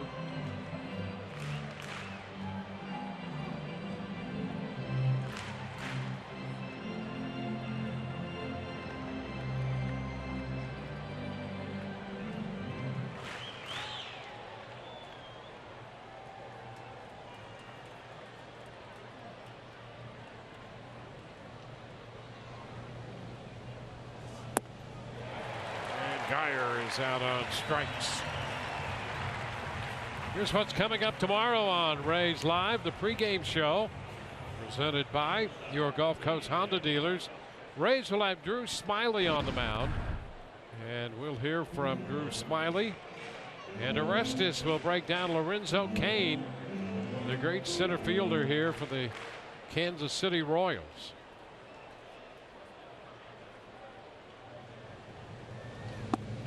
Taylor Motter,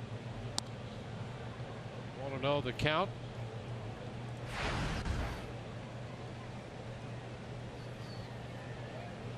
Motter had a base hit his first time.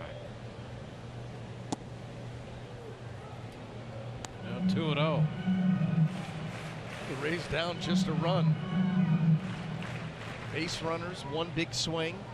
Won't be easy against this bullpen, but you've got to match that fight that the Kansas City Royals have. That's what the Rays are going to try to do here late. Give them a taste of their own medicine. It's 2-1.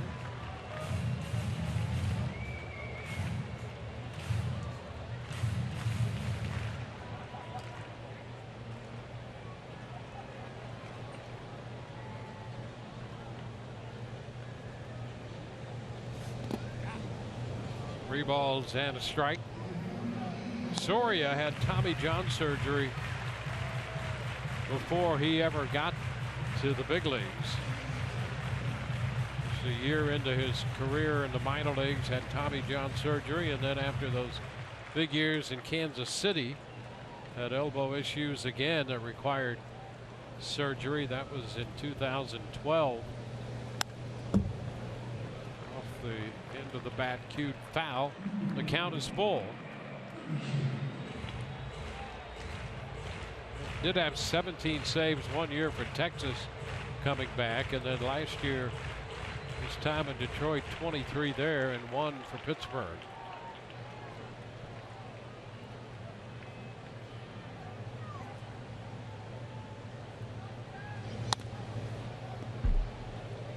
Motter battling the veteran right-hander. Trying to find a hole. You see the way that Soria is attacking Mater, everything away. Late in the game, you're going to force guys to beat you to the big part of the field, and Taylor Mater seeing nothing on the inner half, nothing really out over the middle part of the plate. I mean, everything on the outer third and off. Deep third. Cuthbert with a long throw gets him. 2 ground balls around a strikeout. 1, 2, 3. Go the Rays. Then the top half of the 7th inning at Kauffman Stadium in Kansas City, where the Royals have built a 2-1 lead. Now we'll hear "God Bless America" from Gerald Wilson, U.S. Navy retired. Petty Officer First Class Gerald Wilson. God bless America, land that I love.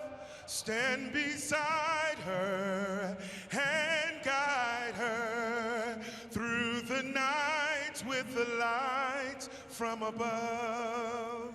From the mountains to the prairies to the oceans lined with foam. God bless America, my home sweet home.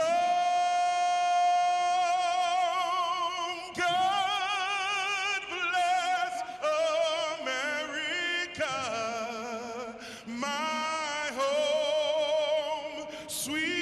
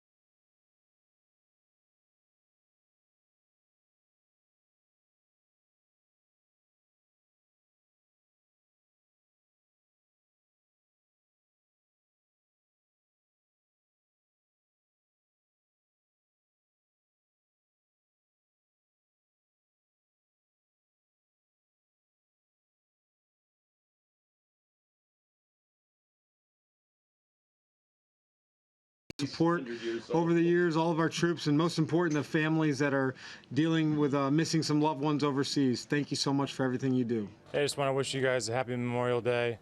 You know, all the troops out there, all the veterans that have served in the past, we really appreciate everything you guys have done. We love you, and God bless America.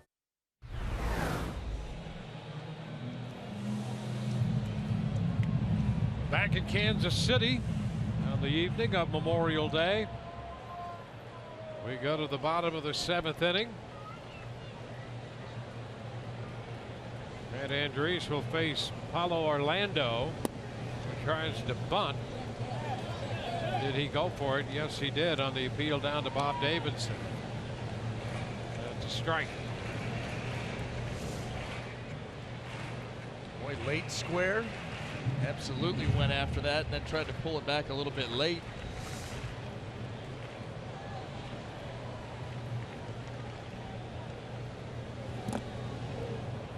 Chases that 1-0-2. Well, that ball just disappeared.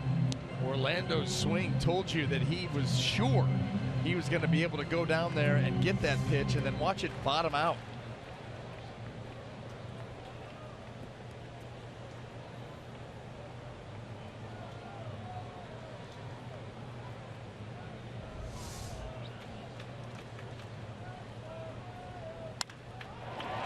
This one served into center for a base hit. An aggressive turn. Orlando's going to hang on at first. Leadoff single. Yeah, that's a pitch that Matt Andriese would like back after the previous 2 down below the zone to get to 0-2, and then you let him off the hook. This pitch just hangs, and it's up enough that he's able to reach out there, get it, and flip it into center field. And you can see the reaction of Matt Andriese, not happy at all. It's a 1-run game right now, and you've just put the leadoff man on. Yeah. In the bottom of the 7th. Andriese has been good again tonight. Yeah, outside of that, I mean, it's what we're used to seeing from Matt Andriese. Work quickly, attack the zone, efficient with the pitches, getting deep into the game, and he has absolutely been very good. He was hurt by that 1 inning. You get a double play ball right here. Defense helps you a little bit, but the defense also took away. Had that inning with 2 errors that cost you 180 feet, and it cost you a run. Oh, and another balk called. And Morrison wants an explanation from Bob Davidson at first. I wonder if Matt Andriese, if his feet got caught in the rubber, and that's what happened here. It was very awkward. Couldn't really tell, but it looked like he got his feet caught. Yep. Well, he's had some troubles on the mound staying away from the balk. Yeah, and there has to be a step in that direction, and he moved in the other direction. He was, well, first of all, when he was trying to stay upright. Yeah, when he comes set, that front leg, he looks in for the sign, it comes back, it taps the back leg, and then it goes down.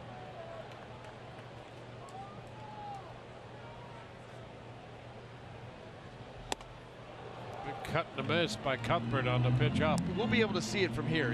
From that center field view, when you see him come set, watch the front leg. It comes back, tap, well, that's...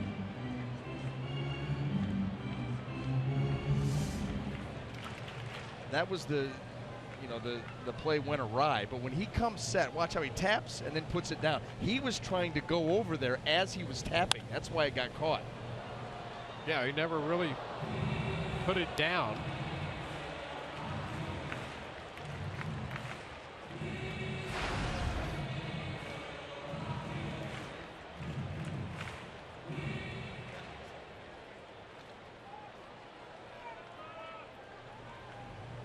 Yeah, here's a great shot of it.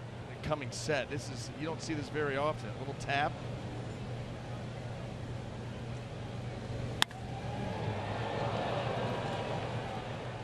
Foul ball. It's still an 0-2 count. Now with a man at second.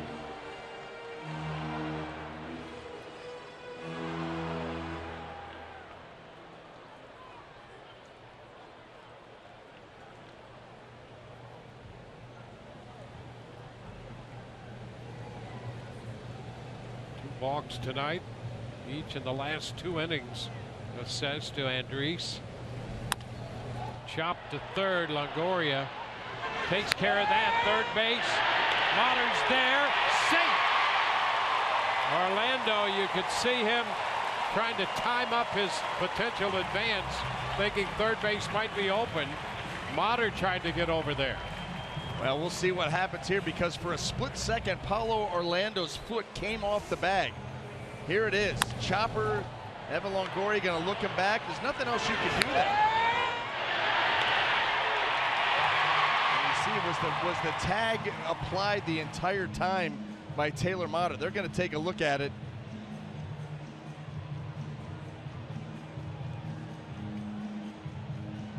Oh, that foot, when the foot came off the bag, the glove was not on the leg, and then it was a race to get the tag back before the foot got back. So we'll see who won. Yeah, the fact that the foot came off the bag then broke the contact between the glove and the leg. Right.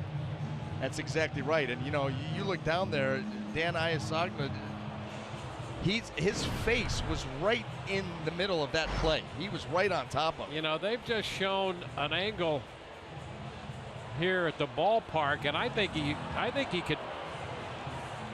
Well, you know, they're going to look at a lot of angles, and they're not taking a lot of time. And he's out. Wow. Yep. They got him right there. Able to get that tag back to the shin as the foot came off. See it right here. Now this is where the foot comes off, the glove is off. Now it's a race back, and right there, the tag before the toe comes down. That's the definitive look, Dwayne. We found it. So the Rays get the second out here.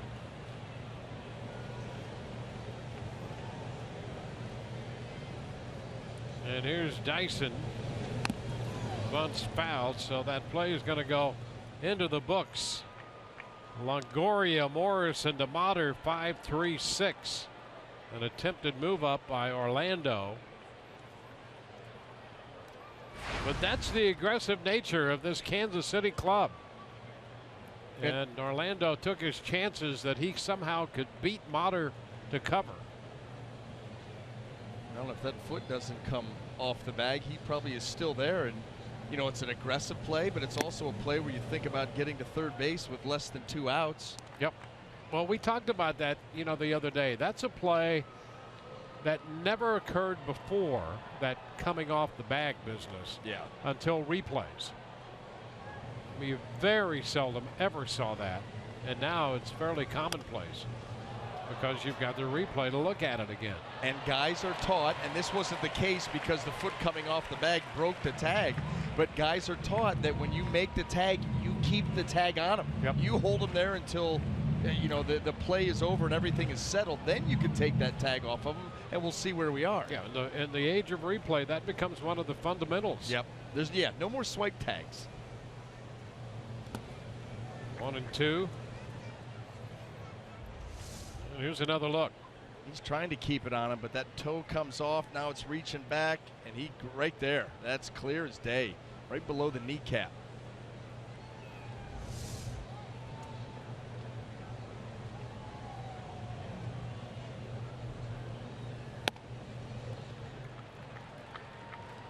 A 2-2 count. I think that last replay would have been the definitive look. I think you're right. We can update that. Yeah. And I think that's the one that we initially saw on the big screen here at the ballpark, Kauffman Stadium, that started to give us some idea that the Rays might prevail. How about the home team showing that angle? Yeah, how about that? Yeah, somebody might be in trouble over in the in the big screen control room. Yeah, that I don't know. That's kind of frowned upon. Yeah. Okay. Here's a cab. Go home. We'll see you in a couple of days, maybe. Sit the next couple out.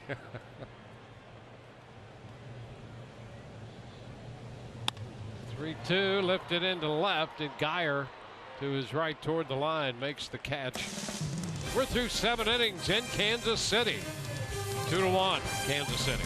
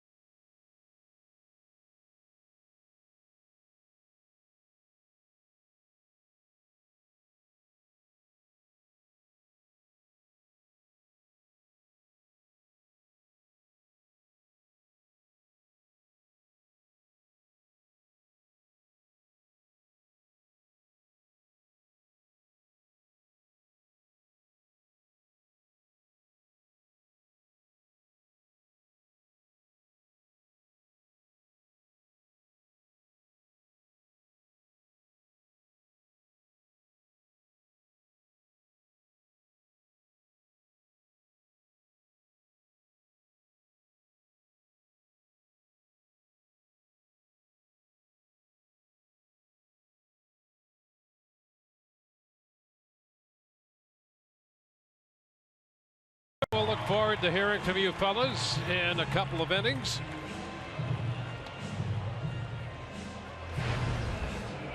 Matt Andriese, 90 pitches, 7 innings of 2 run, 1 earned on 5 hits, a couple of walks and 3 strikeouts. He was conferring with Drew Smiley on the balk situation there. Hey, how about last inning? We had the balk leaders in the American League sharing the mound between Soria and now Andriese. They're both tied with the 3 balks apiece, leading the way in the American League. Apparently affecting pace of play. That's a high-level meeting right there. Well, listen, I mean, Matt Andriese, he's thrown those 7 innings and 90 pitches. He continues to be very, very efficient. That's what allows him to get this deep and maybe beyond. See.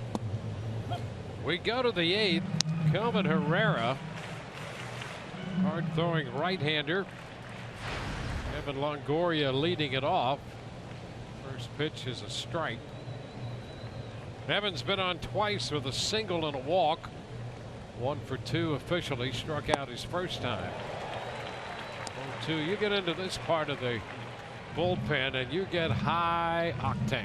You know, it's so eerily similar to yesterday's ball game. A 2-1 deficit, and the back end of the bullpen comes in for the New York Yankees. They do their thing, and now the Royals, who even have better numbers as far as ERA goes, and they're off to doing their thing. Longoria out on strikes to start the 8th.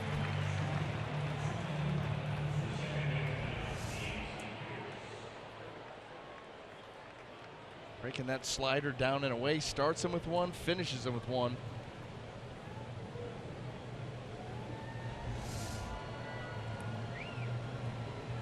Now Steve Pearce, Boxberger, and Ramirez up in the bullpen for the Rays. Upstairs on that first pitch.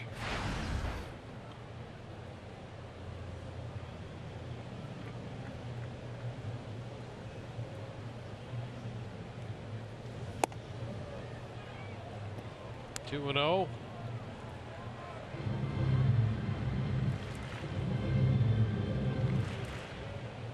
Herrera, when it came to average fastballs, was second only to Aroldis Chapman last year. 2-1.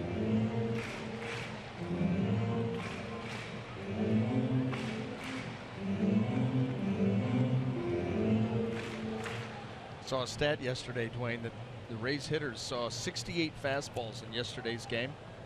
Go and finish. You're going to give me the 95+ number? Yeah. Oh, a base hit into left by Pearce. I mean, that was ridiculous. Every one. Ridiculous. 95+ on all 68 heaters. That is ridiculous. Well, a base hit for Pearce. The Rays have a man aboard with 1 out, and Logan Morrison.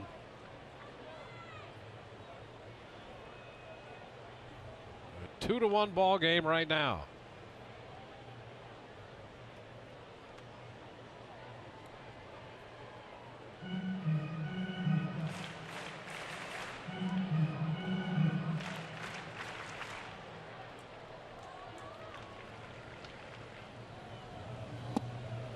Strike 1.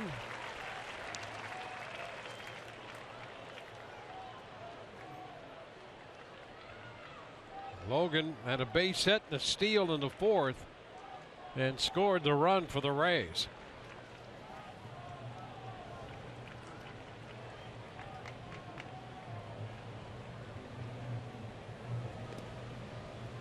Pearce back in at first.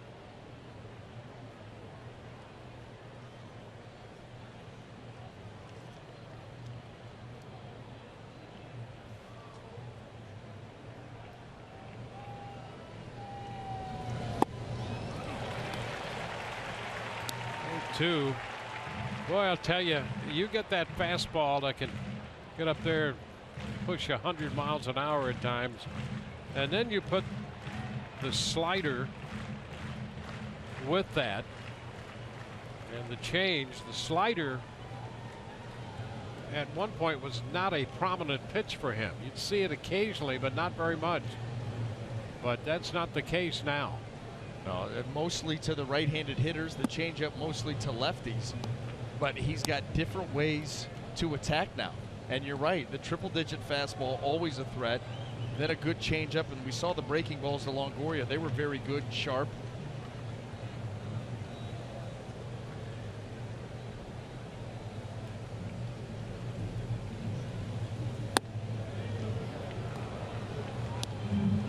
Two and two. That's bad when a guy who throws 100 starts to pitch. Really? Well said. That's exactly right. Can't you just be a brain-dead thrower? Yeah, just throw hard. Give somebody a chance.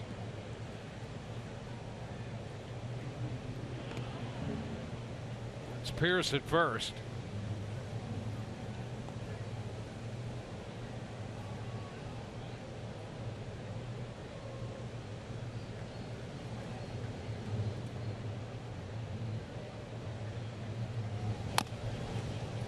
Chopper holds the count at 2-2. That foul ball. You wonder if Herrera is now going to come with the fastball. It's been 5 straight changeups. You've started to slow down Logan Morrison, getting used to that speed. Now all of a sudden you take that 88, 89 and add 10.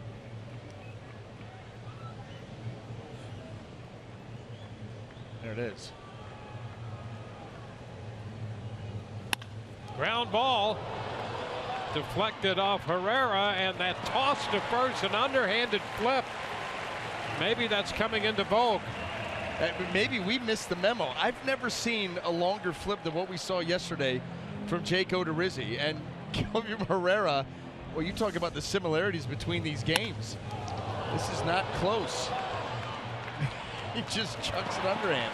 Morrison almost beat that out. Look at that. Well, it's easier on the arm that way.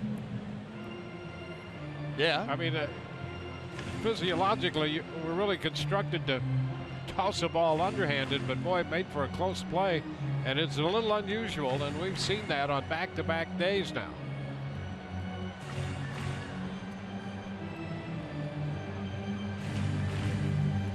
So Pierce is at second with 2 gone, as Steven Souza Jr. steps in.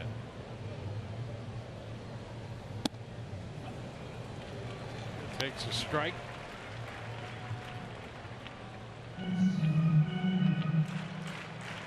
Ian Kennedy worked the front 6. Soria 1. Now Herrera.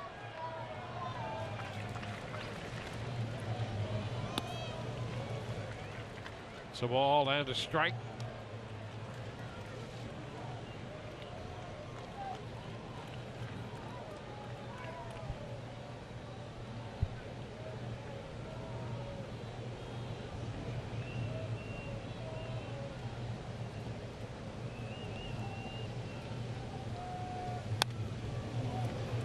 Screen.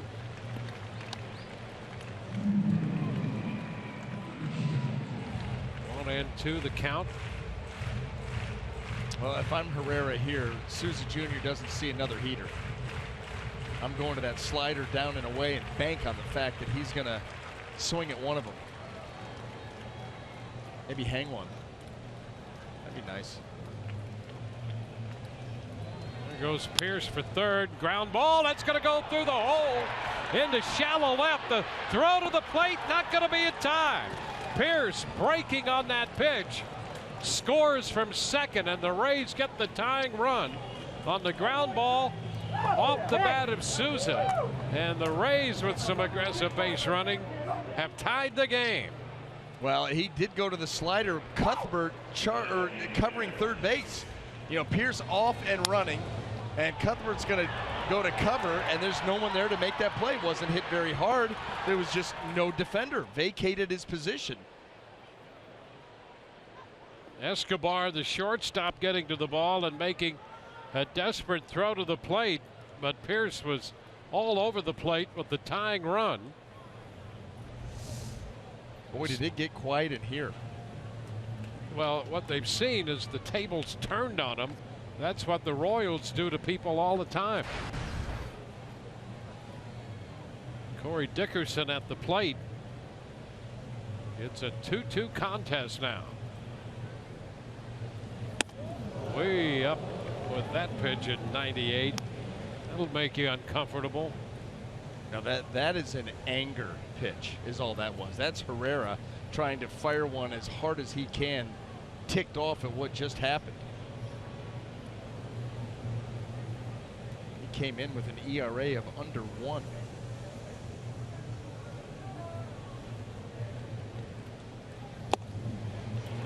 Dickerson with a 1-1 count now.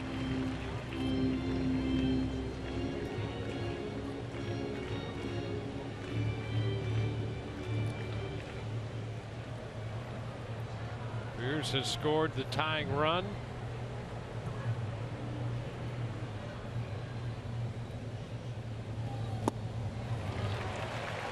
It's 1-2.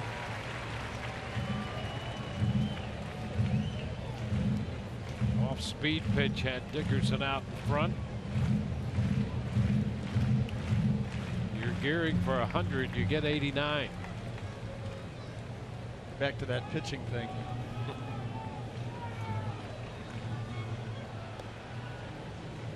Souza Jr. back in.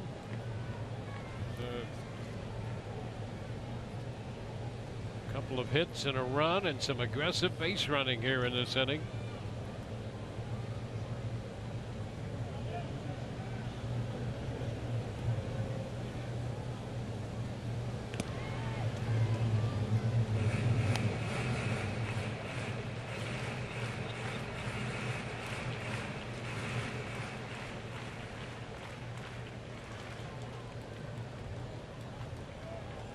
A 1-2 count. Dickerson out on strikes.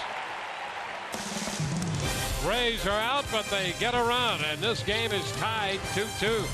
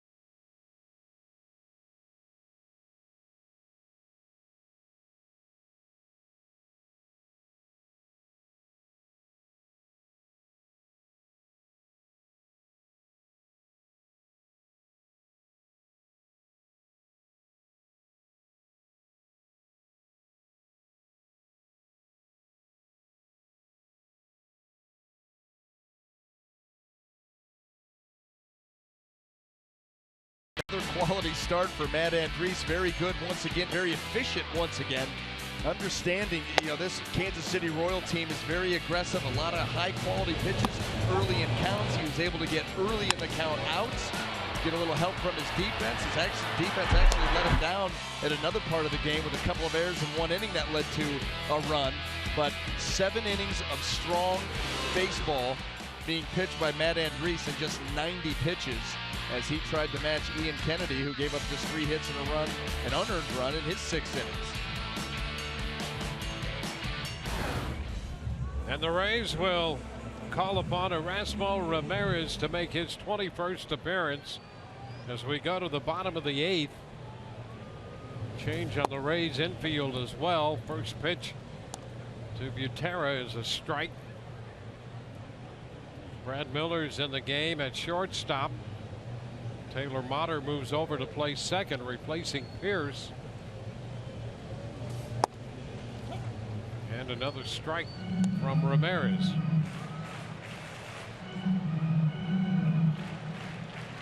Ramirez pitched a perfect inning yesterday against New York.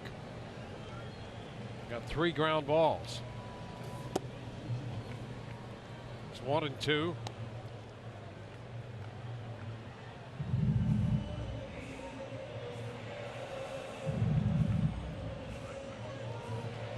It's Escobar, the leadoff man. He's on deck.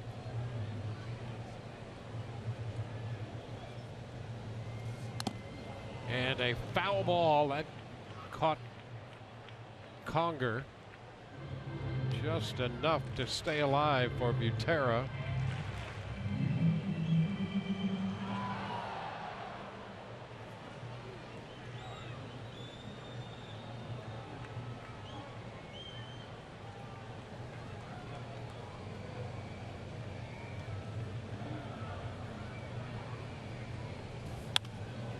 Foul out of play.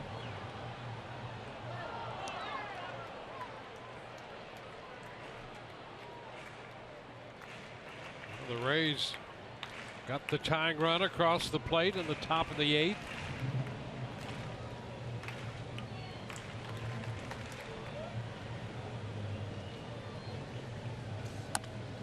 Chopper foul. And the count remains a ball and 2 strikes.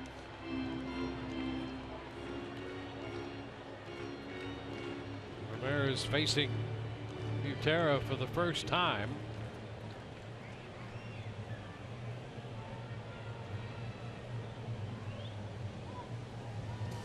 And another foul ball right back.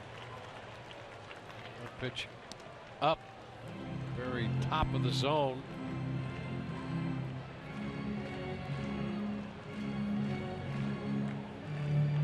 Kevin Cash and Jim Hickey. You saw them earlier congratulating Matt Andriese on another outstanding pitching performance. High foul, that's out of play. A battle being put up here by Drew Butera, the 9-hole in the lineup. The 9th pitch will be made. 9s across the board. 9-hole, number 9, 9th pitch. Does that mean anything to you? Doesn't mean anything to me. Does it mean anything to you? No. Searching. Little tap down to third. Longoria takes care of that. 1 gone. MLB.TV Premium, the #1 live streaming sports service, delivers everything you've come to expect and more. Watch every out-of-market game live in HD on over 400 supported devices. Blackout and other restrictions apply. Visit MLB.TV for details.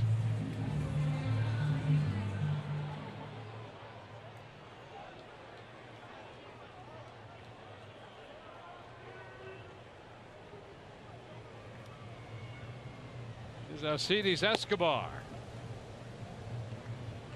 That's a strike.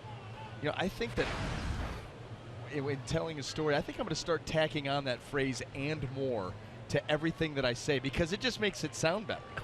It gives you all this stuff and more. I mean, right? Yeah, that's right. Ooh, base hit up the middle, punched through by Escobar.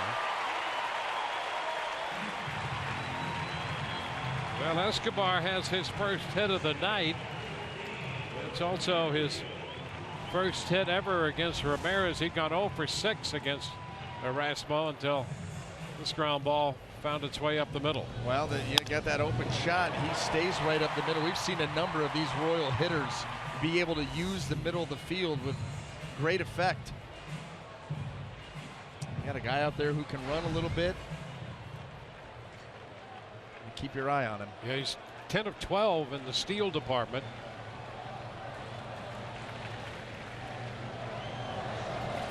Merrifield takes a high fastball.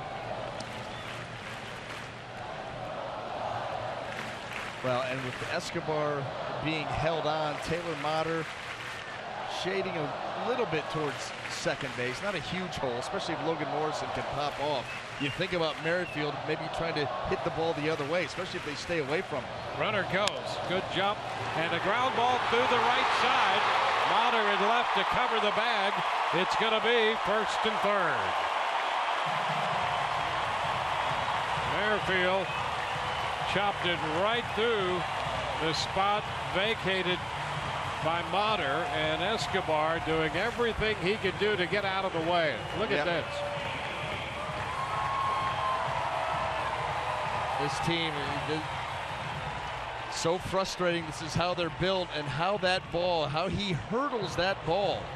On his way there, Motter vacates the position and leaves that part open. He jumps over the baseball, avoids contact with it, gets over to third base. And Kevin Cash out here talking to Dale Scott. That they're trying to say that maybe that ball hit Escobar. It certainly looked like he avoided it. Lance Barrett's going to come in.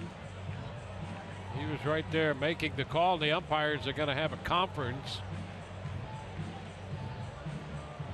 I don't think you could replay this anyway, right? Ground ball in the infield. I think that's why they're having the conference. Yeah. And I don't know if it really matters, because I don't think that ball hit him. We'll see.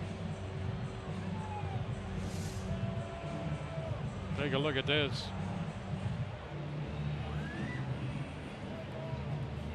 Boy, that was close, though. Inside of that right knee.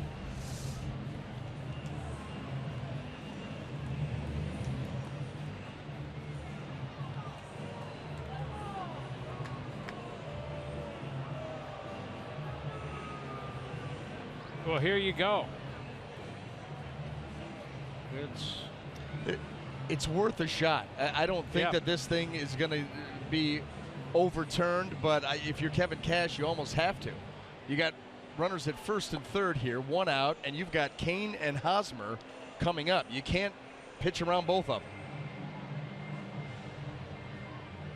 One out with men at first and third right now. Well, Kevin coming out there and asking them to take another look, and it's under review.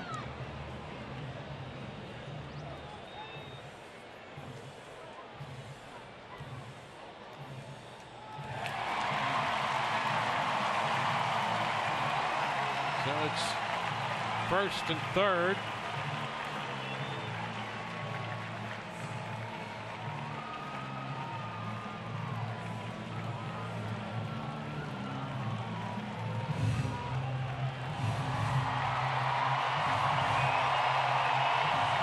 First and third, one out, and Lorenzo Cain will be the hitter.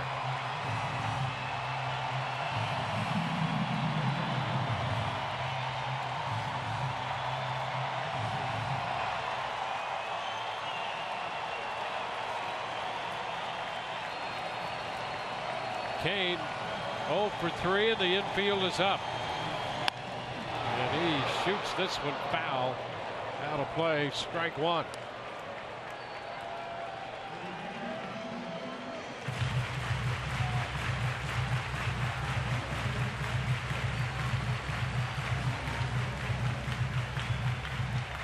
So that all of that conversation had to do with wondering if they could review it or not. So they checked in to see, and the answer was no. So they reviewed for a rules check, and so the play is what it is. First and third, base hit, did not hit Escobar. Well, and between that and now, Erasmo Ramirez has been able to get the jump here on Cain, 0-2. Now you go with your best strikeout pitch. You're looking to put him away right now. And it's foul. But still a 2-strike count. Look at this for the Royals, 8th inning or later in the major leagues. They're up 28, best in the majors.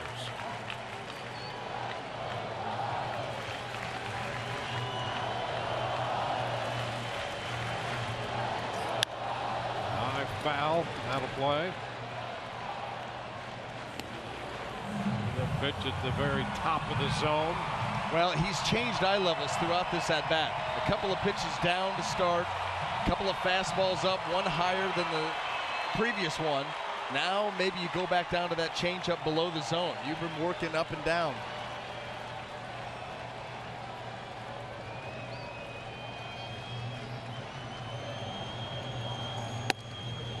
Upstairs. Now you do it. It's a 1-2 count. Hosmer, the on-deck man. Focus of attention on Kane for Ramirez at the moment.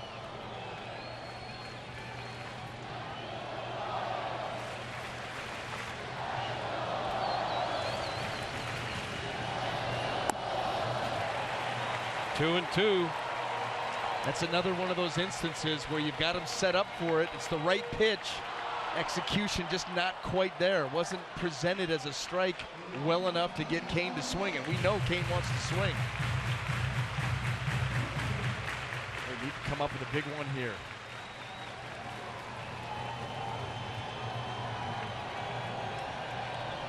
Two. Base hit by Motter. Escobar scores. Kane drives in the go-ahead run. It's 3-2 Kansas City.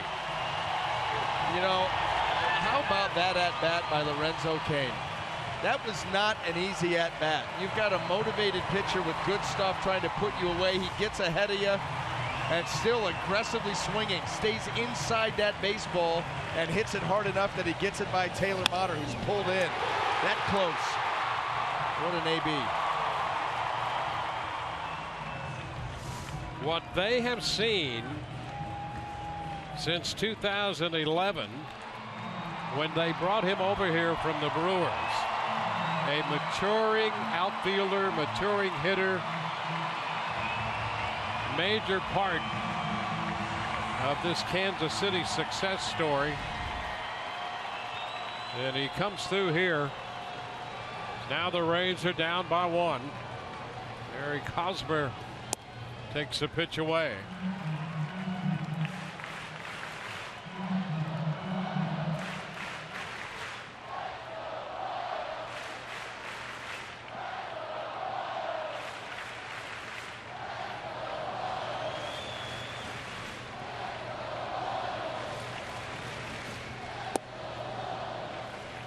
That's a strike, 1-1.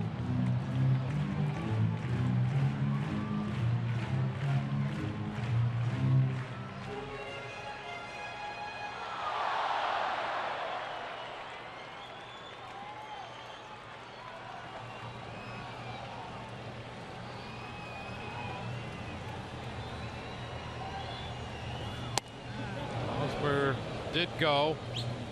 The count is a ball and 2 strikes.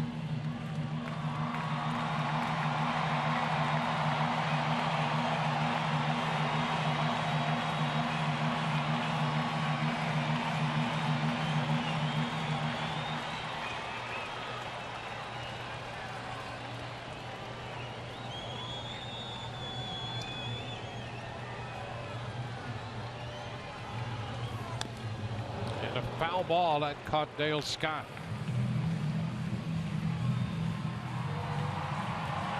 Still 1-2.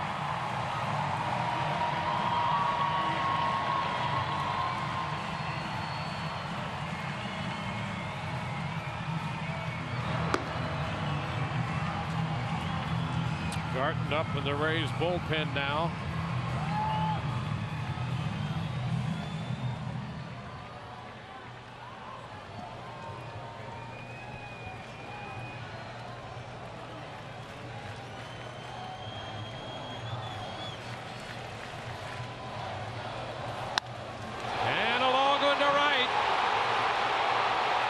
gone.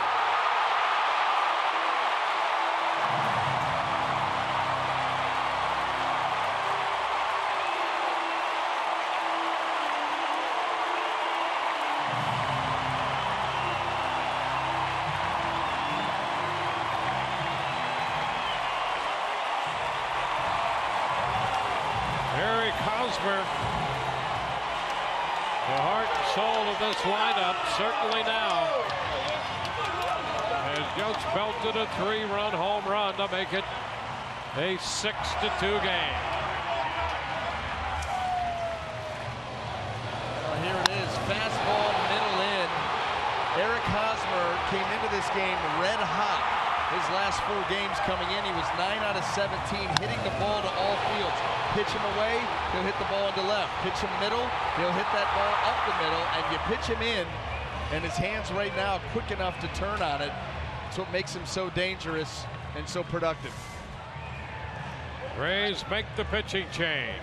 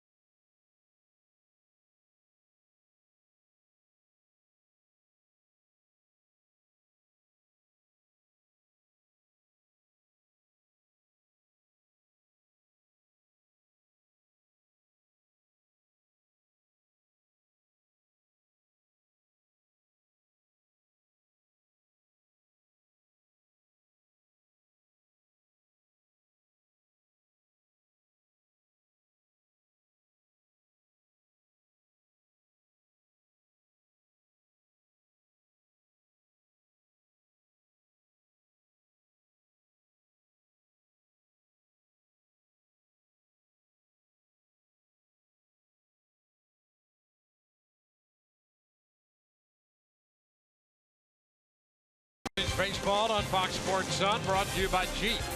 Visit Jeep.com to learn more. By your Tampa Bay BMW centers. Visit BMWTampaBay.com today for exceptional offers. And by your Gulf Coast Honda dealers. With 1 out, 4 runs home to make it 6-2 in the bottom of the 8th. Brian Garton on, and his first pitch to Kendrys Morales is a strike. Eric Hosmer's 10th home run of the year, a 3-run blast.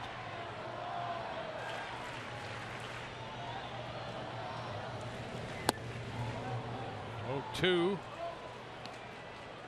414 feet. The home run by Hosmer. Hosmer hit it on the 25th pitch of the inning made by Erasmo Ramirez.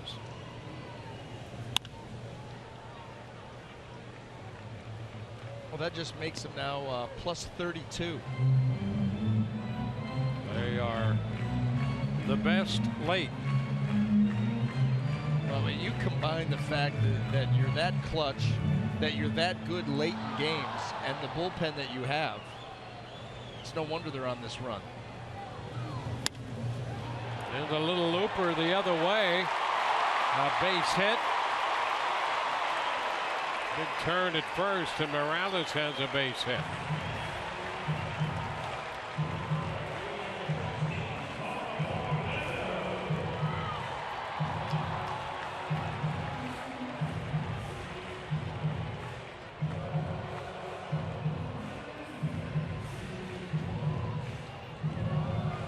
Paulo Orlando.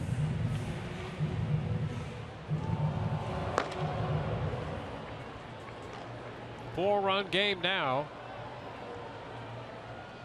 Ming Wong up in the bullpen.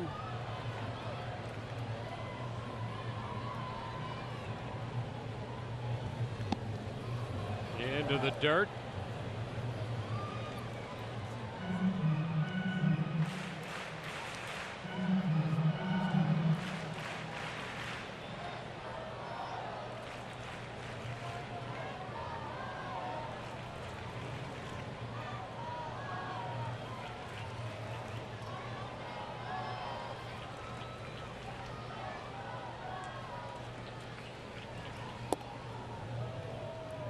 Inside 2-0.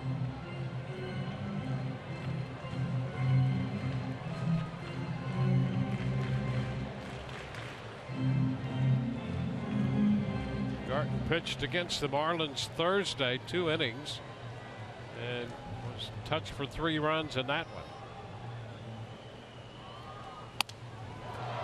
Ground ball short, comes up on Miller, and everybody is safe.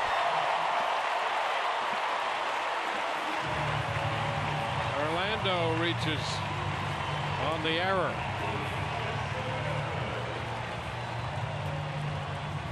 I thought right this is ball off the bat. You're thinking end of the inning.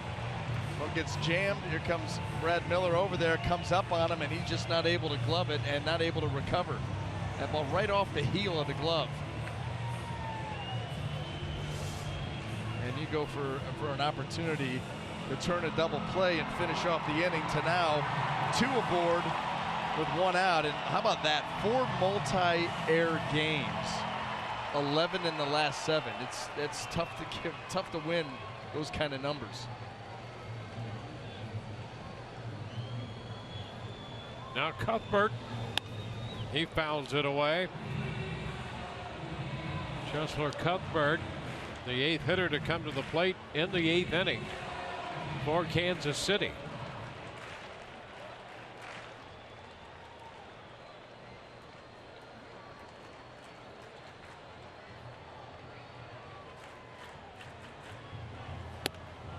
Big cut and a miss on the fastball up. 0-2.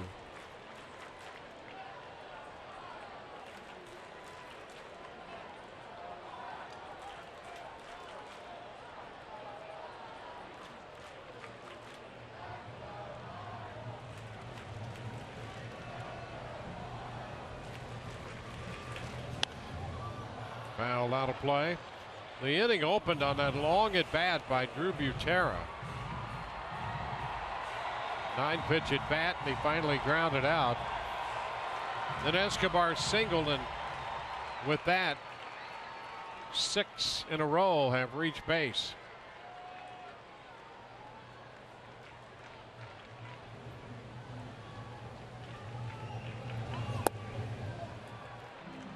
One and 2.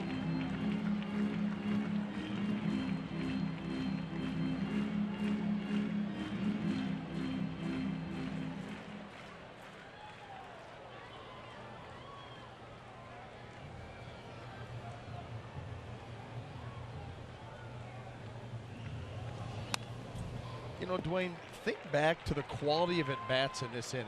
You mentioned the Butera at-bat. Okay, Alcides Escobar, he's not going to have a quality bat. He's not up there long enough. So he gets a base hit up the middle. And then Merrifield, you put a guy in motion. Yep. You get some runners at first and third. The at-bat by Lorenzo Cain, impressive. Eric Hosmer with a 2-strike. Impressive at-bat that leads to the home run. I mean, these guys have locked it in here in the bottom of the 8th. Another one here. Cuthbert got down, and now it's 2 and 2.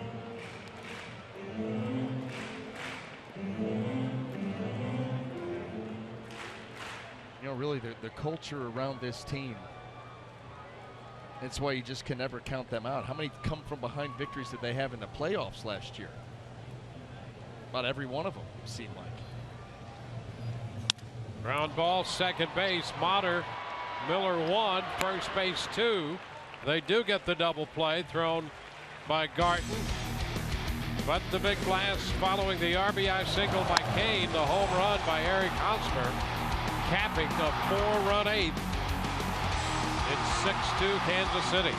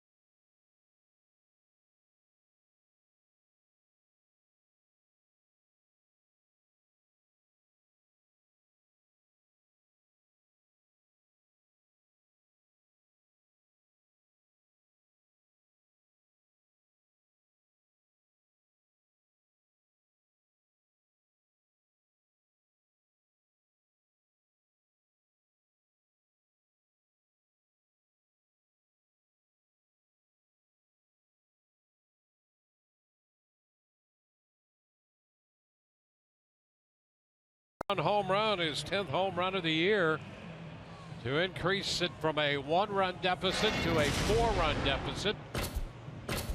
Yellowwood bringing the lumber, and here it is, 414 feet of lumber.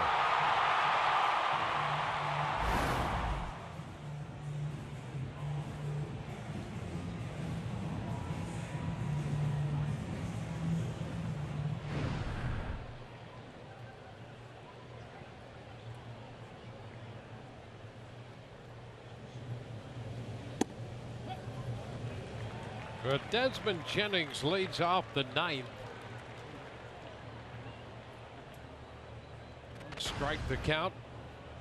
Herrera worked an inning. Chin-Ming Wong in the game now.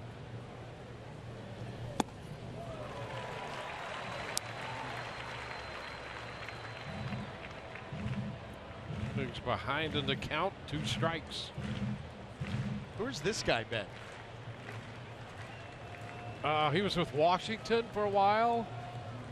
I thought that was like a decade ago. And a cut and a miss. Jennings strikes out on 3 pitches. By the way, you asked me last inning how many times did they come back in the postseason? Yes. 8. 8 times. 8 times last year. Wow. In the postseason. Just amazing. And that's out of what, 11 total wins? 8 of 11. Yep.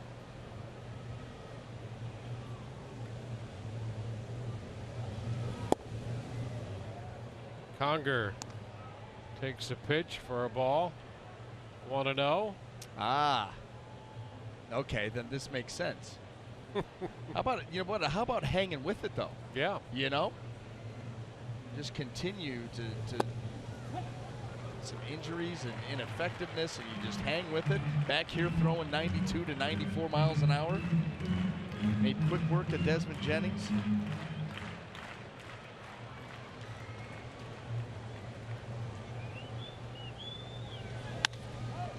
Fly ball, center field. All the way back goes Kane to the edge of the grass and just on the track. Holds that one in.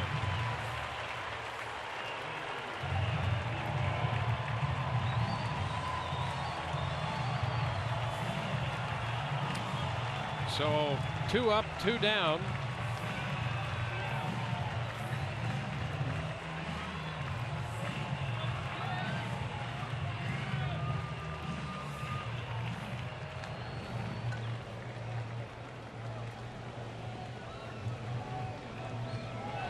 Brandon Geyer. The pitch is a strike.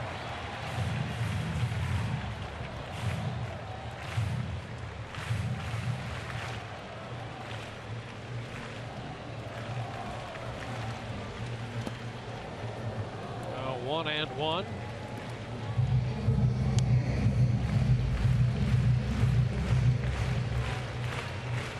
Two outs with the bases empty.